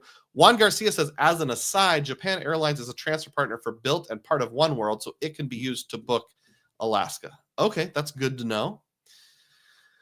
More day yum. Mike says, I found the settings, turn it on. FYI, you can't be in a sub account. You have to be in like your main account. That's kind of ironic because DUGROZ Reports is a sub account of what used to just be called DUGROZ and is now Driving with DUGROZ, my old mattress review channel. Ian says, Mike's definitely getting that sub. Juan says he did it again. He did it again. That's from Monty Python. They said it again. Ian says, where's Doug going to take the family for dinner with all these memberships? Well, you'll find out in the next episode of DUGROZ Eats. I will mention this. My wife's birthday was earlier this week, and I made supper. Now, my wife is gluten-free, so I had to, have kind of a separate meal for her. hat tip to all the people who cook out there, whether you're wives, moms, husbands, dads, just people who love cooking. I don't love cooking. Like, my back has been hurting from all the leaning over and chopping and preparing, and that was like a 3-hour thing. Hat tip to all the moms. So yeah, I did a DUGROZ eats in my own little household. I made fettuccine Alfredo. Actually, it was rotini Alfredo. We had a gluten-filled and a gluten-free version, both.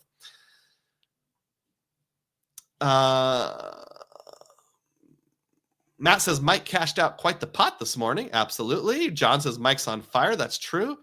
Gold Homer says the answer is always Casey's breakfast pizza. We do love Casey's pizza in this household. There's a place called The Other Place. That's the actual name of it here in the Des Moines area. The Other Place. That has a pretty good gluten-free pizza. We went there for Mother's Day, so maybe we'll go back with all these super chats once I cash out at the end of the month. Thank you again, Mike, and others. Let's keep going with the presentation here. So we looked at an example of flying just on American using Alaska that would suit me. 1.88 cents per point. I mean, that's okay. Is it enough better than like the Chase Portal to commit myself? Well, let's keep going with other examples. Here's a mixture in business. This is from Frankfurt, Germany to Des Moines, Iowa on October 10th in business. Now, it's actually a mixed itinerary. They call it mixed because there's no such thing in business on the last leg. I've got Frankfurt to Heathrow in business, Heathrow to Chicago in business, and then from Chicago to Des Moines is first class, but that's as good as you're going to get. One of those little puddle jumpers on that like 1-hour flight from Chicago to Des Moines. The first two legs are operated by British Airlines, and the last leg is operated by Republic, a subsidiary of American, which is why it's showing there. If you live in a little airport like Des Moines, probably 3/4 of your flights are operated by Republic or one of those little no-name subsidiary regional airlines that operates under the big three. If I paid the cash price, that's $3,442. So this is an example of both combining and using it to decent value. 85,000 miles. It's a little more than I want to pay, but I do get an extra leg going within Europe. That comes out to 3.19 cents per point. Okay. All right. We're getting better. How about this one? If I want to go from Frankfurt, Germany to Des Moines on October 2nd in business, but I want to do Condor. I want to not have to do that extra layover in the United Kingdom. I just want to go from Frankfurt to New York City to Des Moines. Is that an option? Unfortunately, it's not. You would have to book them separately right now. So they have a flight on Condor booked with Alaska to get me from Frankfurt to JFK. And they have a flight from LaGuardia to Des Moines. I don't remember if this is same day or the next day. It'd probably be next day because that layover would be pretty tight having to go across town. But I have seen other airlines that will combine into one ticket, the New York City shuffle, where like you fly into JFK, have to transit over to LaGuardia, and then fly on from there, and they build in transit time. So I know airlines do that. They will put it on one ticket. Similarly, in Washington, D.C., they'll have you fly into or out of Dulles and then transit over to Reagan and consider it all one ticket. And you'll just get a little message that says, heads up, these are two different airports. So while they both exist, right now they're not combinable. So that's kind of a con. That's kind of a negative. Someday they'll be combinable, but there's enough ambiguity. Is it like all of them will be combinable or only the One World partners? We don't really know. Although I had that one bad experience with Condor, given the type of flights I like to do, flying straight into Germany. I mean, I have Austrian ancestry, you know. It would be cool if you could combine them, but right now it's separate. So these two put together would be $70K, which isn't a great value. I didn't bother to look up the cash rates on this one. This is just my example that the combination for anything other than Finnair or British or American is not an option right now. Checking the comments real quickly here. Where were we? Oh boy. Mike's on fire. Casey's breakfast pizza. Ian says, I've got the best gluten-free fried chicken recipe. It's legendary. One of my top sellers. I'll send it over. Thanks, Ian. Sometime I'll have to figure out where your, am I remembering correctly? You're the restaurant owner? If I'm wrong, I'm wrong. I apologize. I'll figure out where your restaurant is or your favorite place to eat is. Matt says, cooking fun, cooking gluten-free. Fine, as long as you don't need gluten-free specific ingredients. All the rice. Gold Homer says, if you're ever in Vancouver, Juke's Fried Chicken is the best gluten-free fried chicken I've ever had. Ian says, I love rice. I knew you and I were best friends, Matt. David Gomez says, woohoo, thanks for the membership. I got here late and was seeing it from the beginning. Thank you. Oh, you're welcome. Hit me, dog, says Mike Newland. Juan says, Doug, you in the Des Moines area? I am, yes. I've been to Iowa a few times, as the company I work for has an office in Cedar Rapids and a plant in Eddyville. Oh, Eddyville. I'm very familiar with Eddyville. It's either Cargill or it's that plant right across the street from Cargill, one of the two. I grew up in Ottumwa, which is the county seat of the county that Eddyville is located in. The Eddyville drag strip back in the 70s, my dad raced cars there. I know, small world, huh? Ian donated one more DUGROZ Reports membership. Celebrate, celebrate. Thanks, Ian. That's just as good as a $3 super chat. Stayosi Slew says, I just applied for the Hawaiian card, pending review. Ian says, hoping for new or Kirby.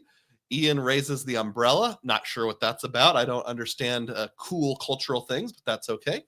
Gold Homer says, get your fax machine ready for the identification verification.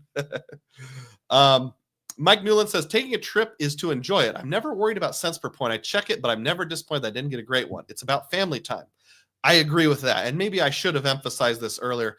I'm not listing cents per point because I think it's like the bee's knees. It does help you know if something's a great value or a mediocre value or a bad value. I would think more about the points. Like, 85,000 points would be the equivalent of cashing out, say, $850. Is that worth it? Is this flight worth $850 plus the taxes and fees to me? This one would not be. Too many layovers. So I do think similarly to how you do, Mike. Thank you for bringing that up, though. I should have mentioned that earlier. Mertz says, I speculatively transferred 325,000 membership rewards to Alaska. With Chicago as my home airport, at the very least, I get cheap AA domestic if I don't end up using it to get the family to Europe or Asia. That's a good point, and I'll get there in just a little bit, more of the domestic focus. Fargo Knot. Thanks for the membership, guys. Can't wait to check out that members-only content. Good to meet you, Fargo Knot. I like your avatar, and I like the name. Are you an astronaut from Fargo or a wannabe astronaut from Fargo? Nurican71 drops $1.99 in the super chat. Thank you, Nurican. Celebrate, celebrate. I don't know that we've met before. Thank you for being a diehard. Thank you for the free gift. Juan says, you said it, Cargill, winner, winner, chicken dinner. That's right. I'll fly, hang out with Ian, and have a gluten-free chicken dinner, to be more specific. Bill Wright is on board and says the Casey's bacon breakfast pizza is the best flavor. I would agree with you about 2/3 of the time, sometime in the mood for sausage. Let's be honest, it's whichever one they put out most recently. Continuing on with the presentation here.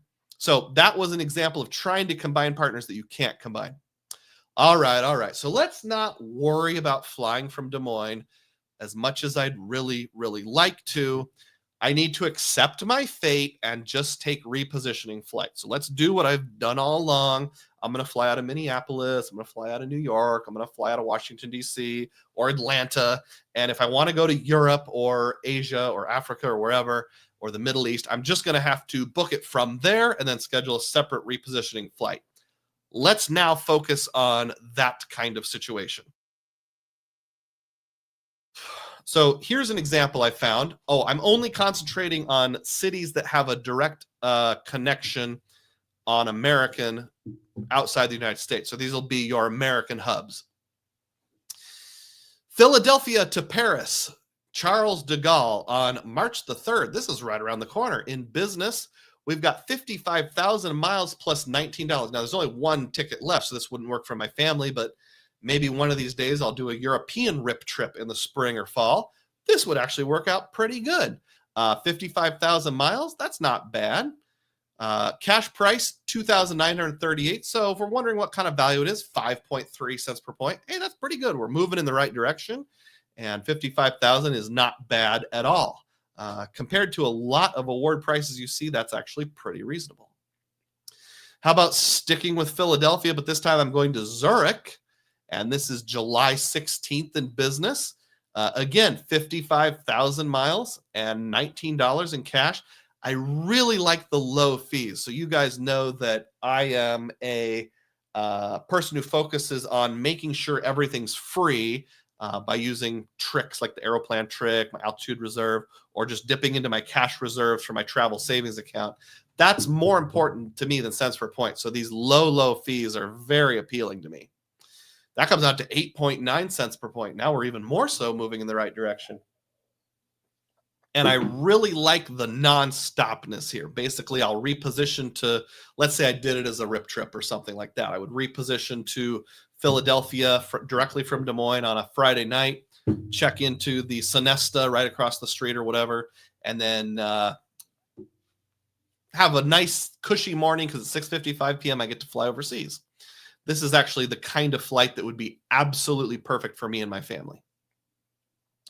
How about this one? Chicago O'Hare to Edinburgh in Scotland, part of the United Kingdom.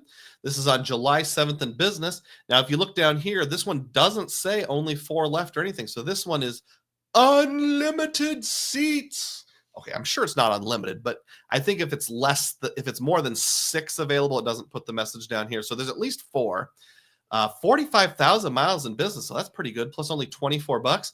This one you have to have a layover overseas because there's not a lot of direct flights from the United States to Edinburgh. There's probably some, but not many.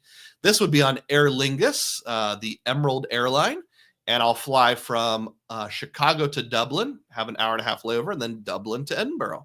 Now, this one's really appealing because with Chicago, I might not even need a repositioning flight. It's about a 6-hour drive for me. It's probably only 4.5 to 5, really. But with my weak bladder, I'm going to say 6, being conservative. I have a sister that lives in Chicago, so I could pick up some free lodging. She lives less than an hour away from O'Hare, probably only about 45 minutes away, actually. I could maybe convince one of my nephews to drive me to the airport. So this one, really good.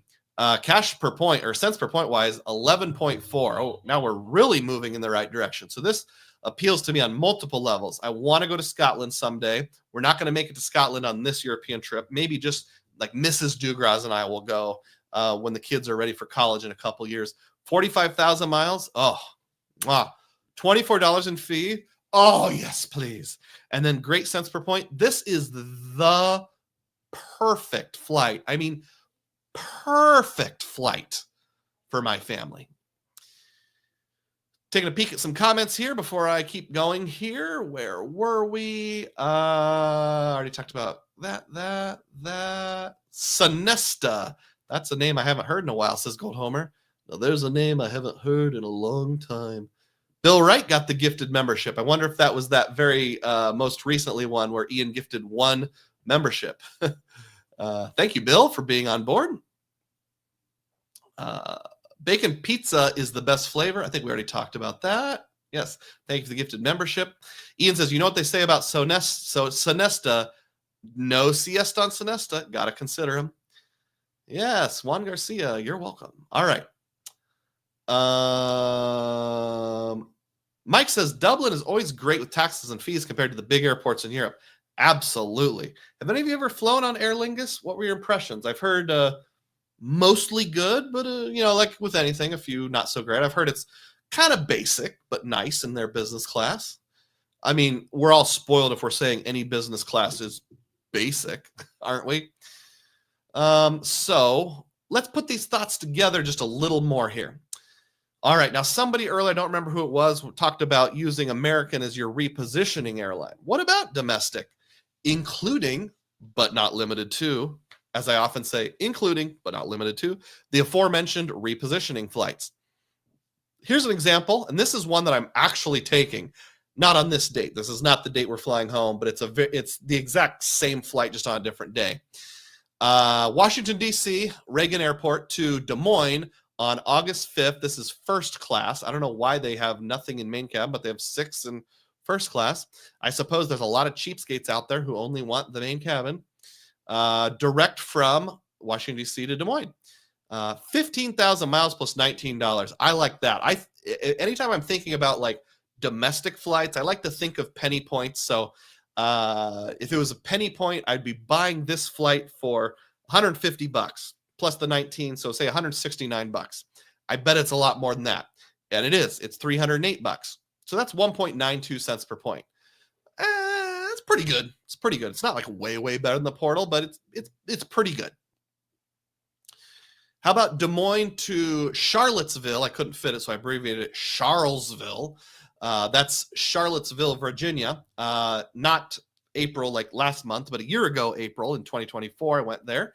That was my West Virginia tiny house waterfall, Thomas Jefferson, James Madison grave rip trip. Probably my favorite to date. Charlottesville is kind of the gateway to that Eastern West Virginia. There should be like a song about Eastern Western Virginia. 12,500 miles. Oh, that's pretty good. I like the sound of that. But as a cash rate, it's kind of mid. It was only $184 to get this is main cabin. This is not first class. Only $184. So that's 1.32 cents per point. That's worse than just using a Chase Sapphire Reserve or something like that. But with all the changes going on with the Sapphire Reserve, who knows if I'm going to be keeping it or not. Kind of depends on, the devil's in the details and all that. What if I want to go to Pittsburgh? So I flew into Pittsburgh on Southwest a few years ago. Pittsburgh is the gateway to Wheeling, West Virginia. And Wheeling, West Virginia is where you're going to find two very important things. You're going to find the Wheeling Suspension Bridge, which is the only pre-Civil War suspension bridge still in existence in the United States, although you can't drive across, you have to walk across it. And secondly, the best rated Hampton Inn in the entire world. Anthony Venture and I are probably going to have a meet up there in Wheeling, West Virginia someday where we all have to meet at the world's best Hampton Inn. And then there's this town right along the West Virginia-Ohio border on the Ohio River called Belpre. And there's this little island called Blennerhassett Island that's got some really weird and oddly specific American history. If you know, that I would love to visit someday. So I'm going to fly into Pittsburgh someday. Let's just say hypothetically it's on November 1st. I said dual because this one has both main and first class. So let's check both. Cash rate would be $189 in economy and $240 in first. This was main cabin, by the way, on the economy side. Cents per point, that's 2.27 on economy. That's pretty good. 1.59 in first. That's really not a whole lot better than a portal. So it's kind of mid. It's not great, but it's okay. So let's average those out just so we know what we're getting. Maybe you'll fly on an Airbus A380 if you're coming back from Frankfurt or something like that, but maybe not. The domestic average, including both economy and business, came out to 1.77 cents per point. Now, this is a very limited sample size, so I can't, say with a high degree of certainty or anything that's how it's always going to be. But at least in my, 4 or 5 bullet points. And then international, I was only looking at business. I didn't factor in that weird economy-only flight that was going to England.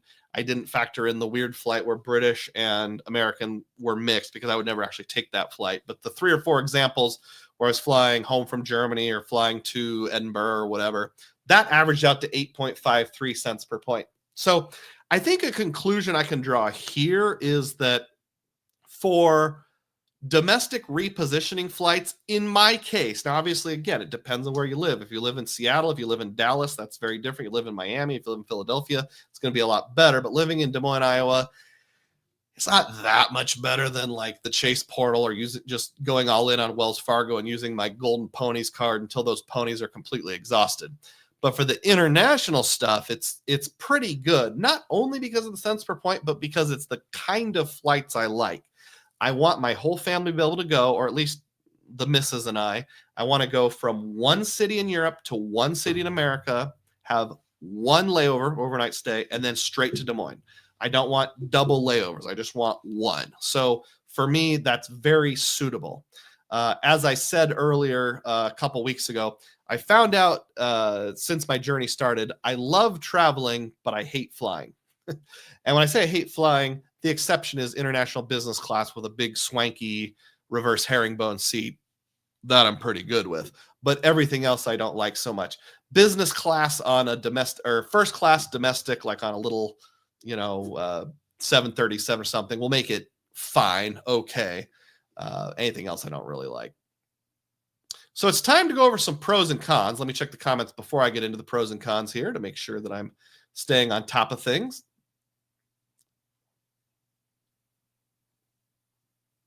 All right.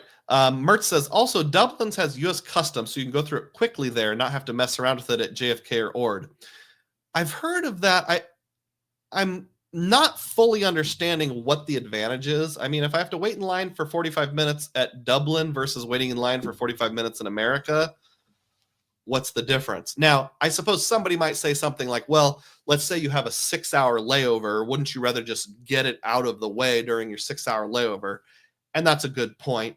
I suppose it depends on how long your layover is, as opposed to, getting to, let's say, Washington Dulles, and it's 7:30 at night. You just want to go across the street, hurry up and get to the Sonesta. So that's a good advantage, Mertz. Thank you. I've talked myself into it. Appreciate it. Gold Homer says that garden at Monticello has the weirdest vegetables and melons. I didn't check out the vegetables. I did film a guy like putting his hand in the dirt, kind of analyzing it. I think he sniffed the dirt, and I thought it was some employee that worked there. Nope, it was just some guy. Very dad behavior. Michael Wong says, Mertz, I've heard about that custom perks. Thanks. Michael is now a channel member. I wonder why. Andrew says, Allegiant isn't that bad, is it? It's pretty bad. I'm not going to fly him again unless I absolutely have to. Now, if I'm going to Tampa Bay or St. Petersburg, they don't fly into Tampa. They fly into St. Petersburg, and it's a direct flight. Depending on my schedule, how quickly I need to be there, those kind of things, Allegiant has the most flights out of Des Moines. The problem is, like, if they have to change schedule or something, they only have like 2 flights a week. So if you have to make up for it, they don't have agreements with other airlines. So you're just kind of stuck. I would prefer one of the big 3. But if my only choice is like direct to St. Petersburg on Allegiant or like a 4-hour layover in Denver, then I'll fly on Allegiant. But other than that, I don't want to do it. Allegiant or Frontier? I've never flown Frontier to the best of my memory. I flew Spirit once a long time ago before I got into points and miles. And it was okay. Time for some pros and cons. All right. Biganize your screen, Doug. Time for some pros and cons. I'm going to list how much relative weight I give to each. So I'm like this lady down here. I'm thinking of pros, thinking of cons.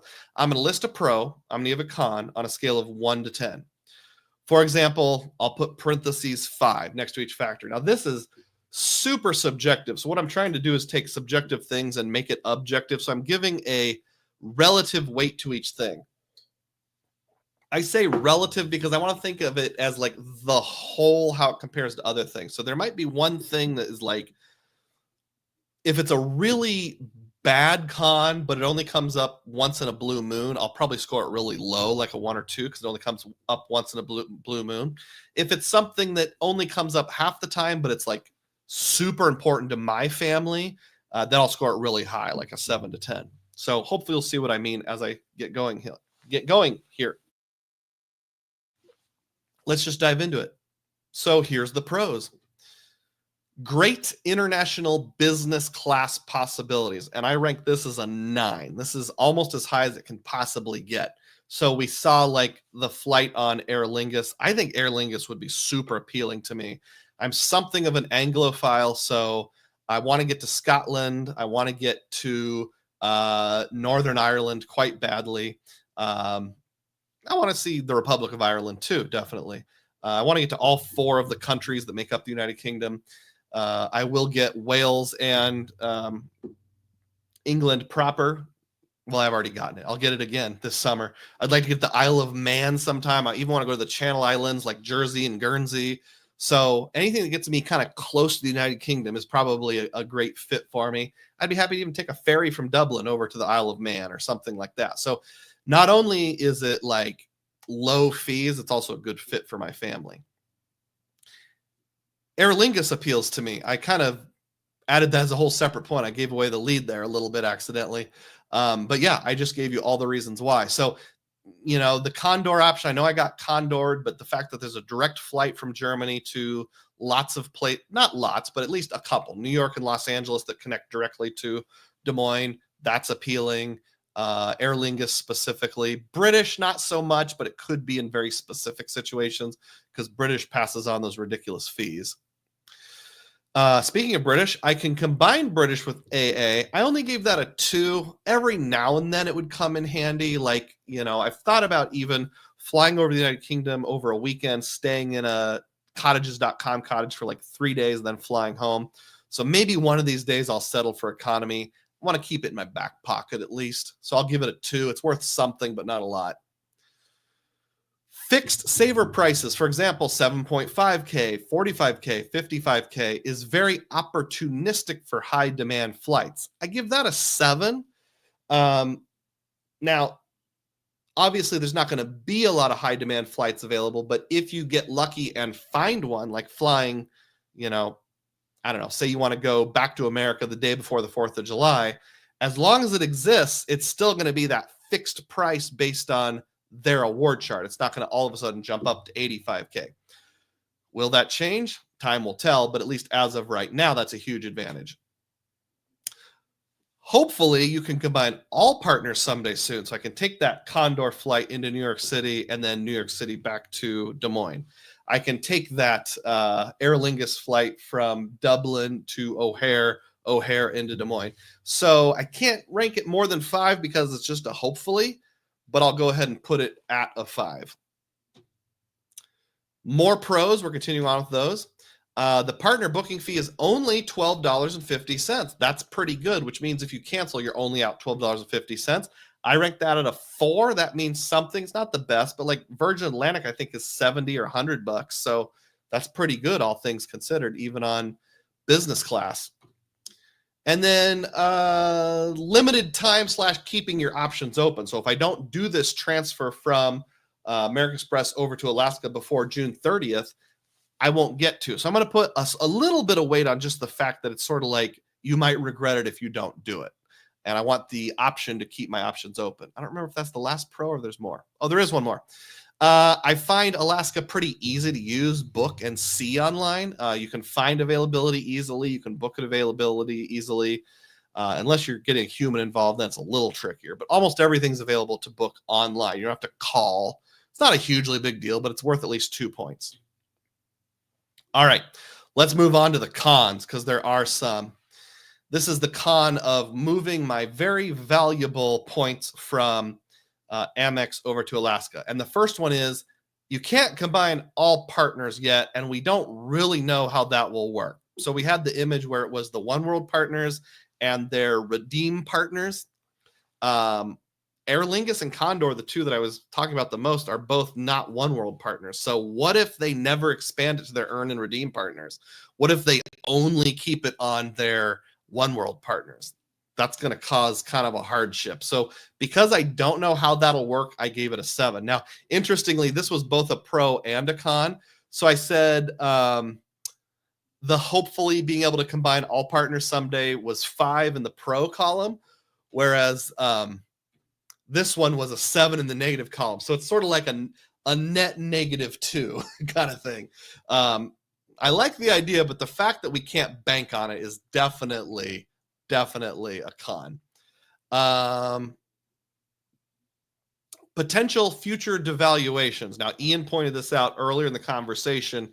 We just don't know what's going to happen. I know Gold Homer said, well, there's that Department of Justice thing. And then we talked about it. And it's like, well, airlines like to talk out of both sides of their mouth. I think Frequent Miler has said, anytime an airline says we've made even more value for you, about an 80% chance they didn't. They actually made things worse. I gave that a 6.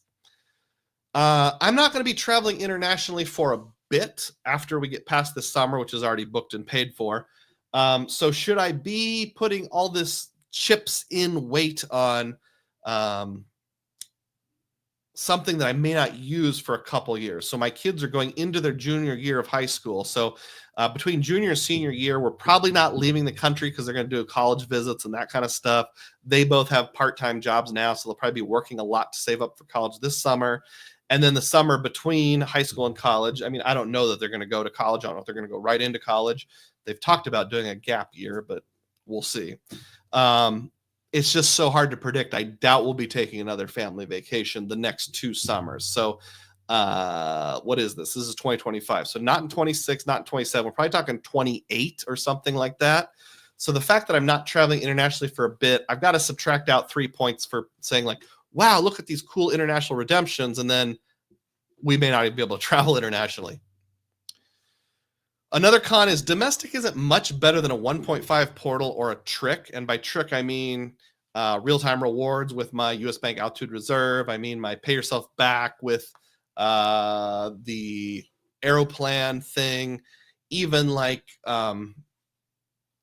booking flights through Wells Fargo or Chase 1.5. I've got the Business Platinum, they're 1.53 for your chosen airline. Now that is admittedly just your chosen airline, but there's a lot of ways I can get 1.5. So if the average is 1.7 something, that's like a little better, but not enough to be great. I'm also a bit afraid that I would end up using it for MEV value a lot because I've got the points and I can't figure out a better way to use it. So I got to say that's worth at least 5.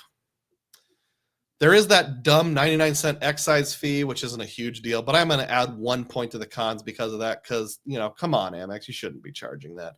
I realize I've got to catch up with points here, but I got to get through the end of my live stream. It's been over 2 hours at this point. The cons continued. An opportunity cost is a big negative / what I just mentioned, feeling that obligation to use them and lost Amex points. So if I commit most or all of my wife's points over to Alaska, what that means is if some other great opportunity comes along 6 months, a year, 2 years down the road, I could have used it for that. Let's just say hypothetically, we know I really like Hilton's. It's my favorite chain, especially with traveling with families, the guaranteed connecting rooms, the gold status, the free food, etc. We can always transfer 1 to 2 to Hilton. I like to wait until there's at least a 30% bonus because then it's 1 times 2.6, which would be 2.6 Hilton points per Amex point. That's pretty good. Let's just say hypothetically, I know they've done like a 50% transfer bonus once ever, which would be a 1 to 3 ratio. Let's just say they offered a 60% bonus. So it'd be 2 times 1.6. That would be like 3.2. So every Amex points becomes 3.2 Hilton points. I might be kicking myself because I used up all of those Hilton points. And the great thing is, Hilton lets you share points. So I could go from Amex to my wife's Hilton account to my Hilton account. Now, some people will come back and say, well, you could just buy those points. But what if it's Aeroplan?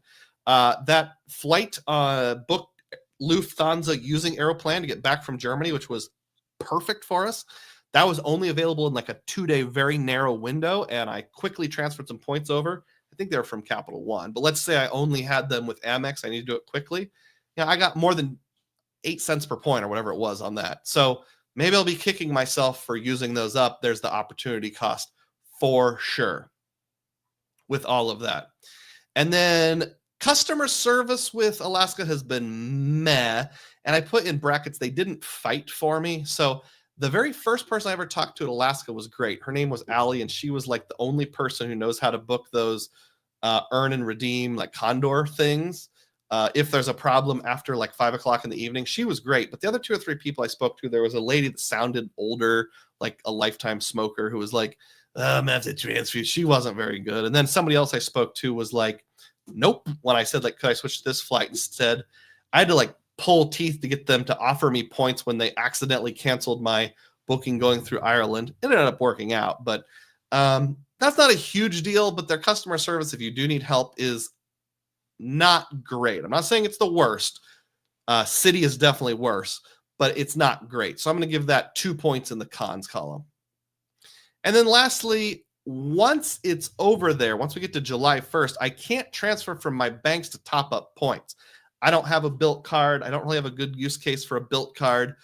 So I can't transfer Wells Fargo or Citi or Capital One or Chase or anybody over to Alaska unless something changes. And the comments they have made makes it sound like that's probably not going to happen. So if I need to like top up a redemption, and this kind of fits in with the I'm going to feel obligated to use it thing. Let's say that after I've made a few redemptions, I need exactly 200,000 Alaska points, and I've got 180,000 left.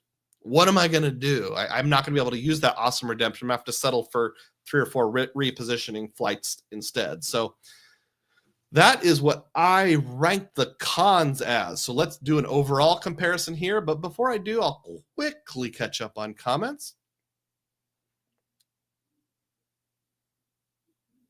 Allegiant. Okay. Jay Carl says, I flew Spirit 2 times, New York to Myrtle Beach for friends years ago. Will not repeat it again. Understand. Sign dug up for Frontier, says Juan 2 Michael. David Gomez says, I'm about to watch all the videos. Awesome. That'll get me a little extra revenue through viewing too. So see, your donated memberships, Mike and everyone else, go extra far. Jay Carlos, already read that one. Jonathan Martinez says, thanks for the membership. If you say D like me, it's not me. Somebody else contributed those. Good chance it was Mike Newland or Ian. Mert says, Dublin Customs, a much smaller airport and very new facilities and efficient. I did it for my honeymoon, much faster than U.S. airports when you don't have global entry. Thanks. Tucking that away. Appreciate that. Mike and Ian making it rain here. Indeed. Did you get Patty and Selma as your service reps? I got Selma, I think. Did you know there's a Simpsons song called We Love to Smoke that was never actually used in an episode? It was like when they're going to do a fake spinoff about Patty and Selma, but it did appear in one of the Simpsons CDs, and you can find it on YouTube. It's pretty funny. One of the lines is, although we'll croak before 2003, which shows you how old it is. New Again says, of course a devaluation is coming with Alaska, only to be considered what kind of devaluation? Soft, stealth, and when to be resolved? Is it 2026? In my opinion, 2027, most likely. And the same for American. I expect a devaluation in 2027. Yep, we just saw earlier in the program how Hilton had a small but substantial devaluation. So that's definitely going to happen. It's a question of when and how quickly. If it's not till 2027, I might get full use. But anything beyond that, I have to strongly consider whether or not I will get full use. So let's compare the pros and cons here. When I did the math, there were 36 pros and there were 32 cons. Are these numbers lined up? I was super careful to line them up, but just eyeball it doesn't look lined up. But regardless, you would think that would mean the pros have won, and I should transfer 200,000 more points over there before it's too late.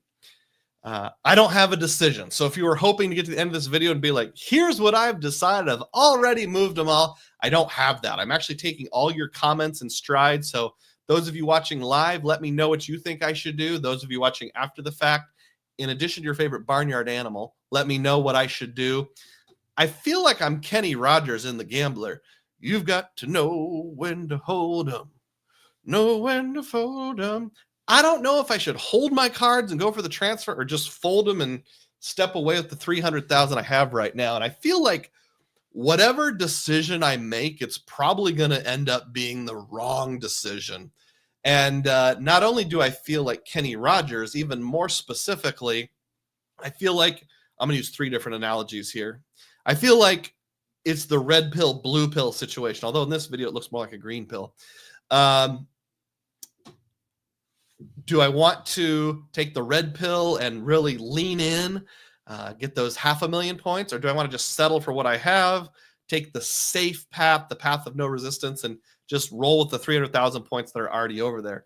After all, this was originally mostly transferred over because A, my wife got the Alaska card, but B, I thought I would be flying using Alaska miles, but then Condor dumped half their flights to America. So who's to say that kind of thing's not going to happen again? Maybe I should just be very happy with my life of blissful ignorance, keep the 300,000 points and blue pill it. Or maybe I should be adventurous and go for the, you got to risk it for the biscuit and red pill it. Third analogy, in conclusion, it feels like whatever I do, I'll make the wrong choice. And I'm going to be hearing the voice of Ren from Ren and Stimpy in my head saying, you idiot. If I end up transferring over the extra points and have 500,000 points, they're going to devalue like July 15th. And we're not going to have any of those 45,000 Aer Lingus flights. They're going to drop Condor. They're going to drop Aer Lingus. They're going to announce that we've decided you can only ever merge flights with American, Finnair, and British. We're not even going to try to expand that. Undoubtedly, if I move the points over, that's what'll happen. But if I don't move the points over, then all the best things are going to happen. I'm going to have excellent redemptions to Ireland. I'm going to end up taking 6 trips to Ireland, and I wish I had as many points as possible. They're going to announce, yep, you can combine flights with every single partner. And by the way, we're dumping the partner booking fee. You can just book it for free. I didn't actually include this, and I probably should have in the pros and cons. Alaska is going to start crediting you towards status for partner flights as long as you credit it to Alaska. So that repositioning flight, I don't mind crediting it to Alaska instead of American. I don't fly American enough to go for status. So if that helps me get closer to status, great. And then one flight on Condor or Aer Lingus or British or whoever, Japan Airlines. And man, I probably have status for a year and the remainder of the next year. So, or you know what I mean, for almost 2 years. So whatever I do, I'm sure it'll be wrong. If I don't do it, Alaska will get more awesome. If I do it, they'll get less awesome. It's sort of like if you water your lawn when it's not supposed to rain, it'll make it rain. I don't believe in karma or that kind of thing, or that some people have more luck than others, but sometimes it does kind of feel like you perpetually have bad luck. I suppose I have kind of average luck, but that's where I'm at. I think that's the last screen. It is. So what do you think I should do? All right, I'm going to catch up on comments, then we'll transition into our community tab questions. We talked about these. We talked about this. Rodrigo says, devaluations happen so fast now. I would say if you can't use the miles within 4 to 6 months, I would not transfer the entire amount. That's a good point. Mike says, there's no real good answer. It's up to your current situation, what you have in your plans coming up. Cesar says, I don't see a wrong decision either way, but I think Alaska Miles is one of the best in the game. Yeah, the whole FOMO thing is making me lean that way. Rodrigo says, Alaska CEO is on the mic considering dropping the ability to earn status through redeemed miles, flown miles. Boy, when they put out a press release that says this is a thing we're going to do, and then less than a year later, I don't know about that. That doesn't, I should maybe add a point or two to the bad customer service thing. So yeah, my lean right now is to go ahead and do it, just because even if I get, let's say I average 1.7 cents per point, that's not terrible. So the downside is, it's sort of like the downside is not great, but the upside is just so incredibly high. Because of the types of flights my family like to do and where I live, if I can end up combining like Aer Lingus with American, that would just be amazing for 2 reasons. One is because I'm guessing the combined points price would be lower than just each individually booked separately, but also because it's nice to be on the same ticket, especially with a family of 4. That way, if there's a problem or something, they'll make sure it's on them to get me back to Des Moines in that case. Thanks, everyone. This concludes the main event. So let's move on to the community tab question. So every Friday, somewhere around 5 o'clock, 7 o'clock p.m., something like that, I will post on my community tab a picture, and you can ask me anything. So here's today's picture, and you're supposed to guess where it was taken and ask me anything. So let's move into that. Gold Homer says, as DUGROZ always says, you got to make hay while the sun is shining. I think Uncle Luke says you got to risk it for the biscuit. That's another way of saying it. Juan agrees with Cesar that Alaska for AA is pretty hot. Absolutely. All right. So I'm going to go to the questions now. This will be anybody that asked me a question earlier. All right. Sorry, my kids must have gone to McDonald's or something, because now they're complaining about getting the orders wrong. I can hear them down through the walls. All right, so Mertz Points a Mile says, nice, you're actually doing it, referencing the fact that he recommended this topic, and I went with it, and I sure did. Thank you so much, Mertz. Ron Byrne took a guess at where this picture's from, and Ron said Hyde Park, New York. Nope, it's not Hyde Park, New York. Keep guessing. Nobody actually guessed it as of this morning. They may have in the last few minutes. So I'll keep looking. So if you get it in the comment section, you'll get some DUGROZ points. Uncle Luke from Luke's Points a Mile says, I'll be at the Little League for this one, but I'll watch the replay. I'm asking myself the same question, whether I should risk it for the biscuit and move Points and Miles over to Alaska. Well, let me know what conclusion you come up with, Uncle Luke. Nershian71 says, I'm glad I made it to the Waldorf Astoria Los Cabos.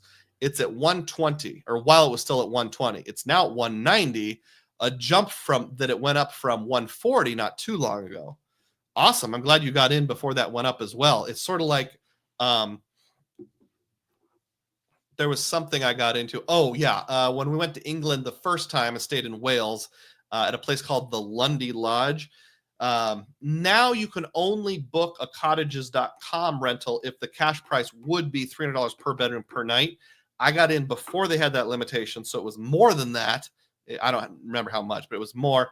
And since that property has actually pulled itself, so like the option of ever staying at that property doesn't even exist anymore. I'm hoping they bring it back someday. Either that or they've blacked it all out.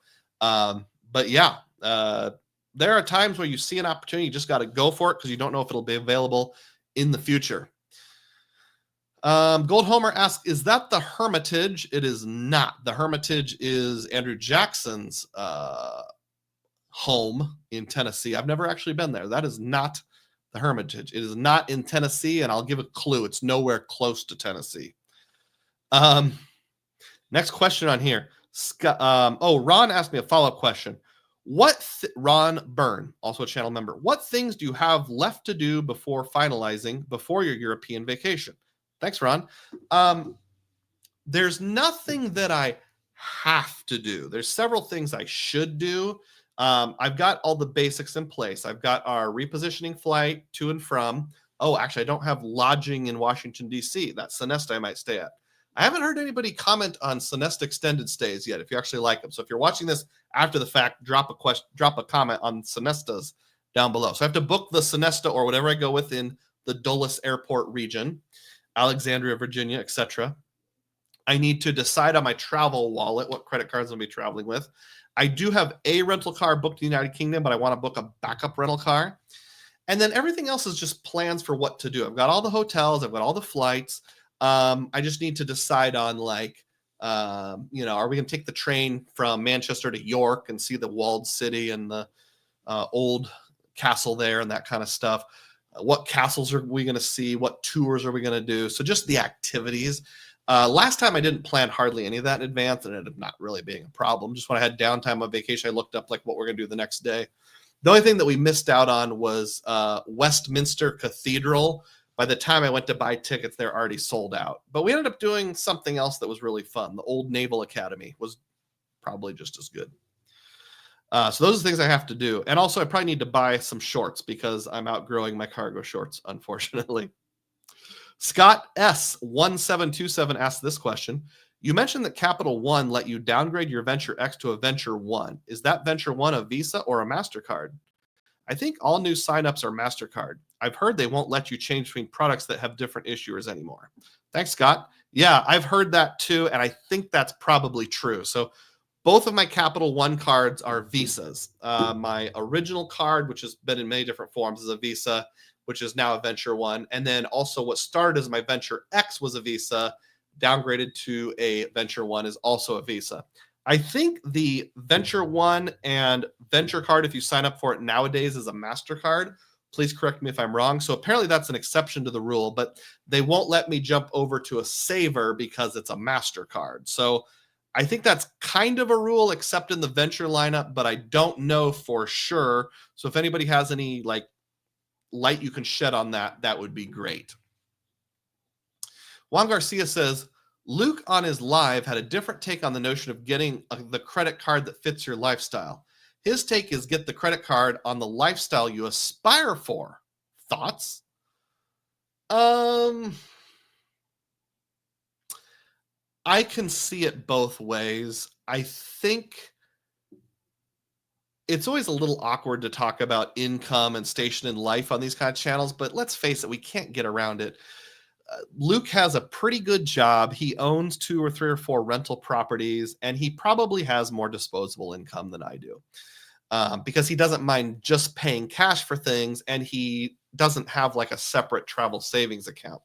So it depends on where you prioritize that. So if you think of like the cash you have to use for travel as small and fixed like I do, that really doesn't work. Like if I'm not planning to go to a Hilton resort in the near future, why would I get an Aspire card?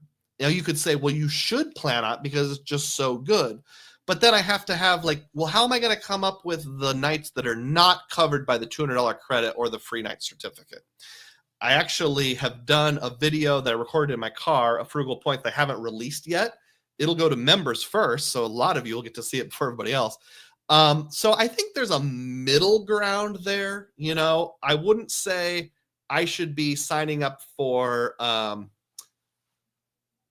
Amex Black card, even if they offered it to me, just because I want to have that kind of lifestyle. Because there'll come a point where you bankrupt yourself by shooting that too far. But I agree going up a notch is okay. For example, my sister likes Hilton hotels. I told her to get the Surpass. She's got to come up with a way to use the $50 credit. For her, that's like a notch at aspirational, because right now they'll stay in 3 or 4. Before this, they'd stay in 3 or 4 Hiltons a year. Now they'll probably stay in 6 or 7. So yeah, that's a notch up. So I'd say it's okay to shoot for the card that's 1 notch above your travel lifestyle. Don't shoot for a card that's 10 notches above your travel lifestyle. Where that correct middle ground is, I don't know. Kind of depends on a variety of factors. The Eternal Vortex 42 asks this question, and it's a really good one. What's the optimum setup for lazy people that want to avoid tracking tons of things like coupon books, spending caps, etc.? If you're okay with sacrificing some hassle in the interest of less hassle. Excuse me, I said that wrong. If you're okay with sacrificing some reward for the sake of less hassle. I love this topic, Eternal Vortex. So I'm not going to tell you what the optimum setup is, but I'm going to tell you how I think about this. I actually want to do a video on this very subject. I have often said category bonuses almost don't matter for the average Joe. Now, there are some exceptions. If you're someone like me that works a W-2 job, your household income is, I'm going to make up a number, say less than $150,000 a year, you're probably running, $50,000 to $70,000 a year through credit cards, something like that. By the time you take out insurance, taxes, all the things that are deducted from your paycheck automatically, things you can't pay for with a credit card easily, like your mortgage, $50,000 to $75,000 a year going through credit cards. Is the difference between 2X and 3X going to make that much of a difference? Well, there's so many things where it's only a 2X category. By the time you get to things where it actually does make a difference, I think it's pretty limited, especially when you consider the law of diminishing returns. So let's say you have 2 cards, hypothetically. Let's say you have the Active Cash from Wells Fargo and the Wells Fargo Autograph, both no annual fee cards. So you've got 2X on everything, and then you get an extra 1X or 3X on transit, travel, dining, and gas. So other than that, pretty much the only regular life category left is grocery or online shopping that you're only getting 2X on. So what is that? $20,000 a year. So that's 20,000 points a year you're missing out on. Now that's not nothing. That's like a small sub, but you're going to get way further chasing sign-up bonuses. So I would say your everything else card in an ideal world should always be the sign-up bonus you're going for. So one good setup would be that one I just mentioned with Wells Fargo. I also think of like the Capital One Duo. You've got your dining and groceries on your Saver card, and you've got 2X everywhere else. In my case, now I know this card isn't open to new applicants, so I apologize. I have the US Bank Altitude Reserve on my phone for tap to pay on mobile wallet. I think I could do just about all of my in-person life spend on that. I keep a 2X everywhere card in my wallet, depending on what mood I'm in. It's either the Wells Fargo one or the Capital One one. But do you know how often I actually pull out that card? It doesn't happen a lot. And when it does, it's usually very small things. Let's say you go to Salvation Army or a thrift shop and you buy a couple pair of jeans and some records that comes out to $25. And they don't take tap to pay. And they don't take MasterCard. So you've got to use, your Citi Double Cash or something. I said that wrong. They don't take Amex, so you have to use a MasterCard or Visa. So you whip out your Citi double cash, and you're getting 2x points instead of 3x. That's 25 points. If you take that as cash, that's 25 cents. If you get 2 cents per point, that's 50 cents. If you take it 3 cents per point, that's 75 cents. So I want to do a video sometime where I take my actual spending, break it down, and say, like, what's the difference between min-maxing everything and just min-maxing 3 or 4 valuable categories? I bet it's less than 10,000 points a year. So I think there's so many of us that could just roll with a simple setup. The most important feature of cards, other than sign-up bonus, is hackability. How can you cheat the system or use it in a way that it's maybe not intended? And I know some people will be almost offended when I say this, but you're not going to get very far with everyday spend if you're an average guy running $50,000 a year through cards. I've even wondered sometimes, should I just put everything on my Hilton Surpass until I hit 15K and not even worry about it? If it's gas, grocery, or dining, it's going to get 6 points. Otherwise, it's going to get 3 points. And I'm going to get that free night certificate. And then once I hit 15,000, just use something else. So I think there's a lot that can be done with that. Thank you for the question. That's a brilliant point of discussion, Eternal Vortex.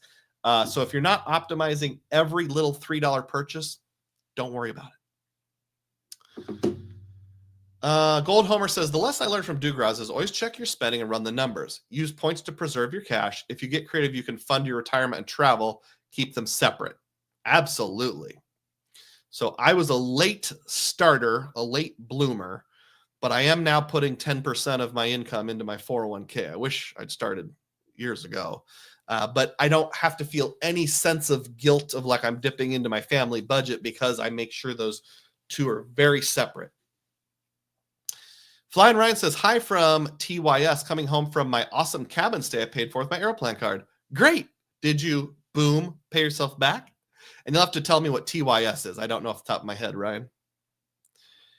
Ian, KM1 asked this. Ian has been on board. I sure hope you don't move your points to Hawaiian and then over to Alaska. That would be a huge waste of membership rewards. You won't be booking any travel with your points if you move them to Alaska prior to July, and by then the whole program could devalue. You could potentially be transferring to the Spirit of Southwest. Who knows what Alaska will do with their new merge program? It seems too high risk unless you need to book something in the next 15 days. And he says membership rewards are better than Alaska. So he's really all in on the opportunity cost issue. Whereas Cesar Joel gives a completely different opinion and says, I already went all in on Amex to Alaska. Those are some great miles to have and difficult to get after the upgrade. Here's his question. What's the next credit card you want to get and the next credit card you want to cancel? Keep up the great work, mi hermano. The next credit card I want to cancel, and I'm going to cancel, is my Fifth Third Bank 1% Everywhere card.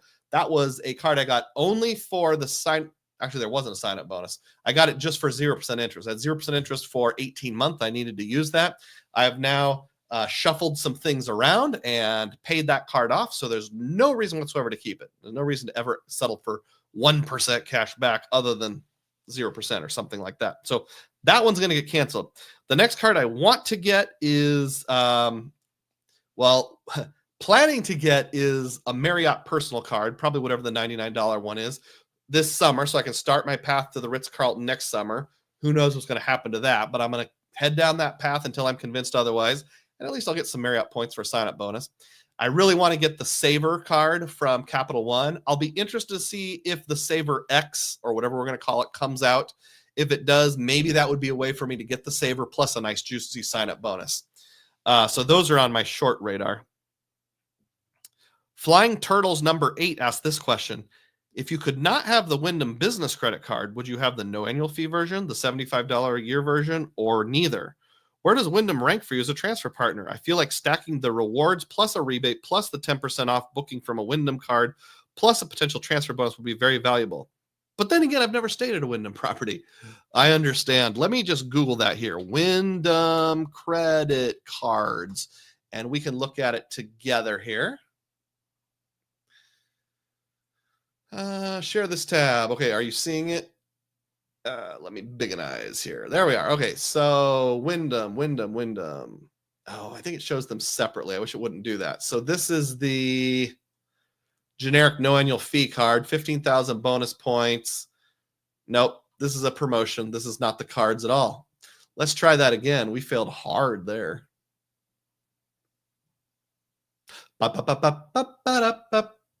Okay, this one shows all three at the top. Okay, so the earner, which is the no annual fee personal version, 5x on hotels by Wyndham and gas, meh. Actually, that's not really meh. That's still pretty good. Not as good as the 8, but still pretty good. 2x on dining and grocery stores, that's closer to meh. 1x and everything else, no. I value Wyndham points at 1.25 cents per point because anytime I've done Vacasa or cottages, I've got at least that much. That's pretty conservative. So even that 5x on gas is really like the cashback equivalent of 6.25. If there was a cashback card that gave 6.25 cents per point on gas everywhere, people would have coronaries over it. It would be so awesome. So that card is pretty okay. Let's take a look at the Earner Plus. This is the $75 a year one. 6 on Wyndham and gas, so that's even better. 6 times 1.25, 7.5% cashback equivalent. 4x on dining and groceries. That's pretty good, but you're locked into Wyndham. Maybe I should be getting this card for dining and groceries. And 1x on all other purchases. So yeah, I would definitely have this card if I couldn't have the business card, although I like the business card more.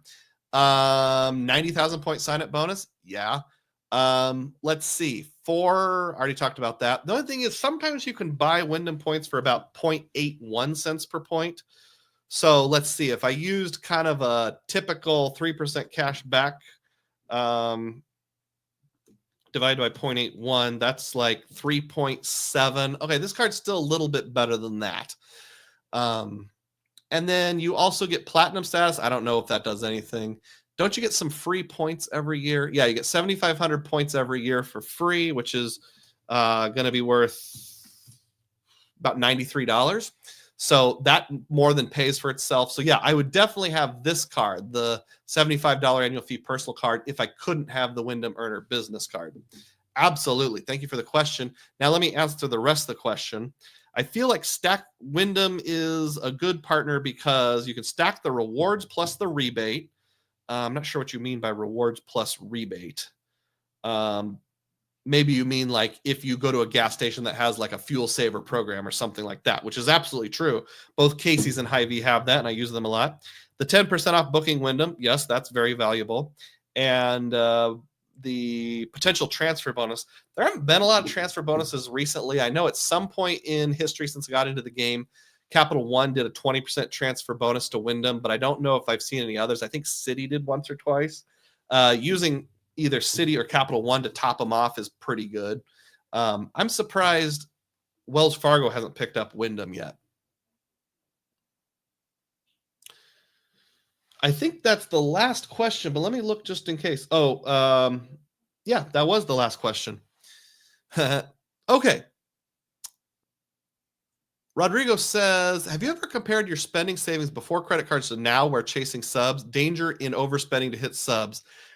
I kind of have. Now, one thing I have going for me is in 2018, the last year before I got into points and miles, I ran a pretty thorough family budget, and I kept it in a spreadsheet. So I've referred back to that several times, and I've held pretty darn close to that. I've just applied inflation to it, and adjusting for inflation, we haven't really changed our spending habits that much. So the other good thing, and I've wondered how to help young people and teenagers grow into points and miles if they start early.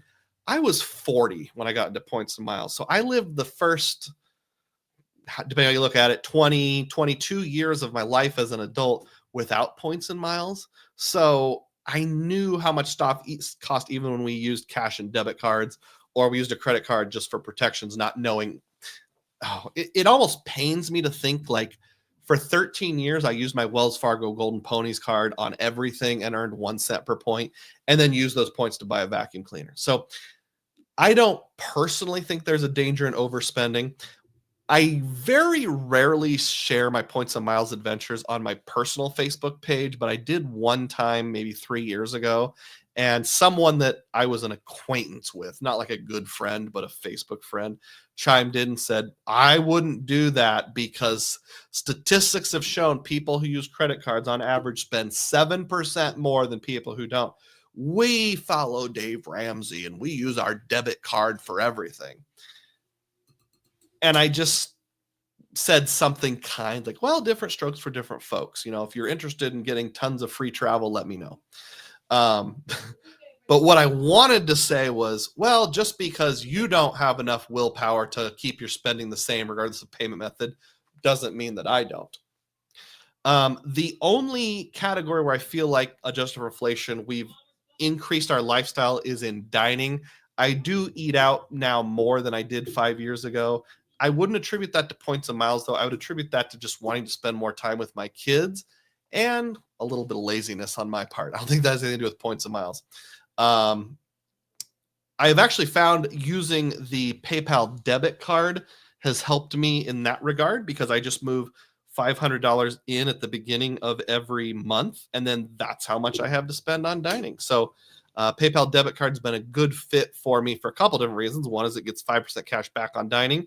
I could probably make more by using it on a different category, like grocery or something, but it helps keep me on budget because I know, like, oh, if I want to go out to eat today, you know, I spend more going out to eat at fast food than if I don't go out to eat at all, and that'll dip into my $500 maximum.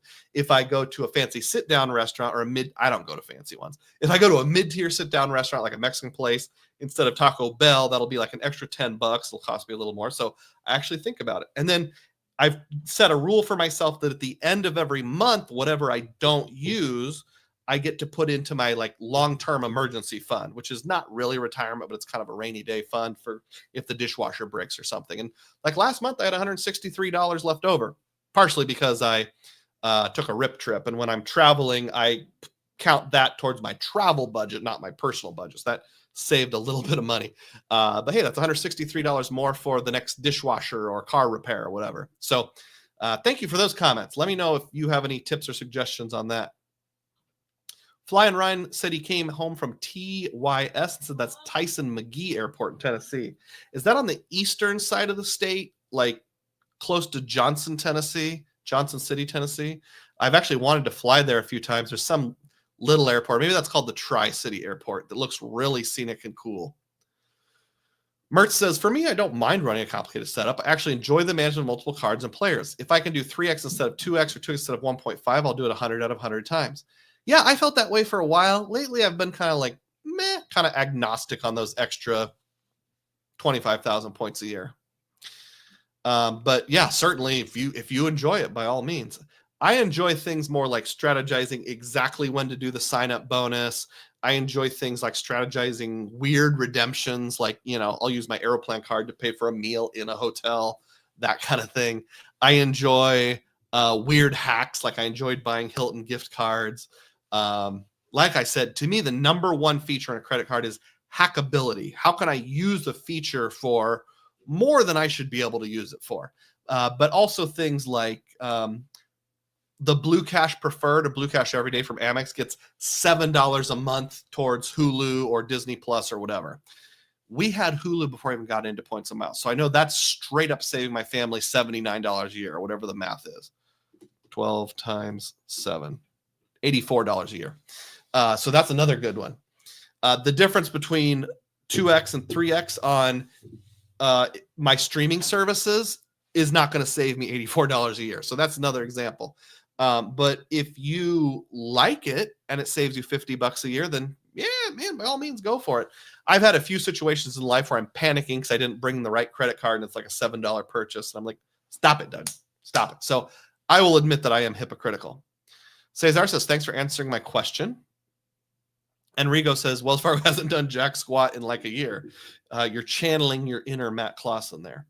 Thank you, everyone. We've reached the end. It's time to acknowledge those who contributed to the channel. And this is going to be an awesome one here. I'm going to have to add this all together. John R. got the ball rolling with $2 super chat. QC Man gifted 1 DUGROZ Reports membership. Mike Newland gifted 10. Then Tom Graber gifted 1. QC Man gifted 1. Mike Newland gifted 10. Mike Newland gifted 20. TH donated $2 in a super chat. Ian then gifted 20. And Filmo celebrated his 18 months of membership Texas Dog gave $1.99. Mike Newland then gave 20 more. Juan Garcia gave 5. Mike Newland gave 20 more. I've actually lost track of where Mike is, but it's a lot, and I can't thank you enough, Mike. Thank you so much. Ian then gifted 1 more, and Nurakan donated $1.99. So thank you to everyone who helped support the channel. What an awesome episode. If you're watching this after the fact, remember to put a comment down below. Whether you're watching live or after the fact, please click thumbs up because that helps support the channel. And as always, may your spending be frugal and may your points be plenteous. Thanks for watching.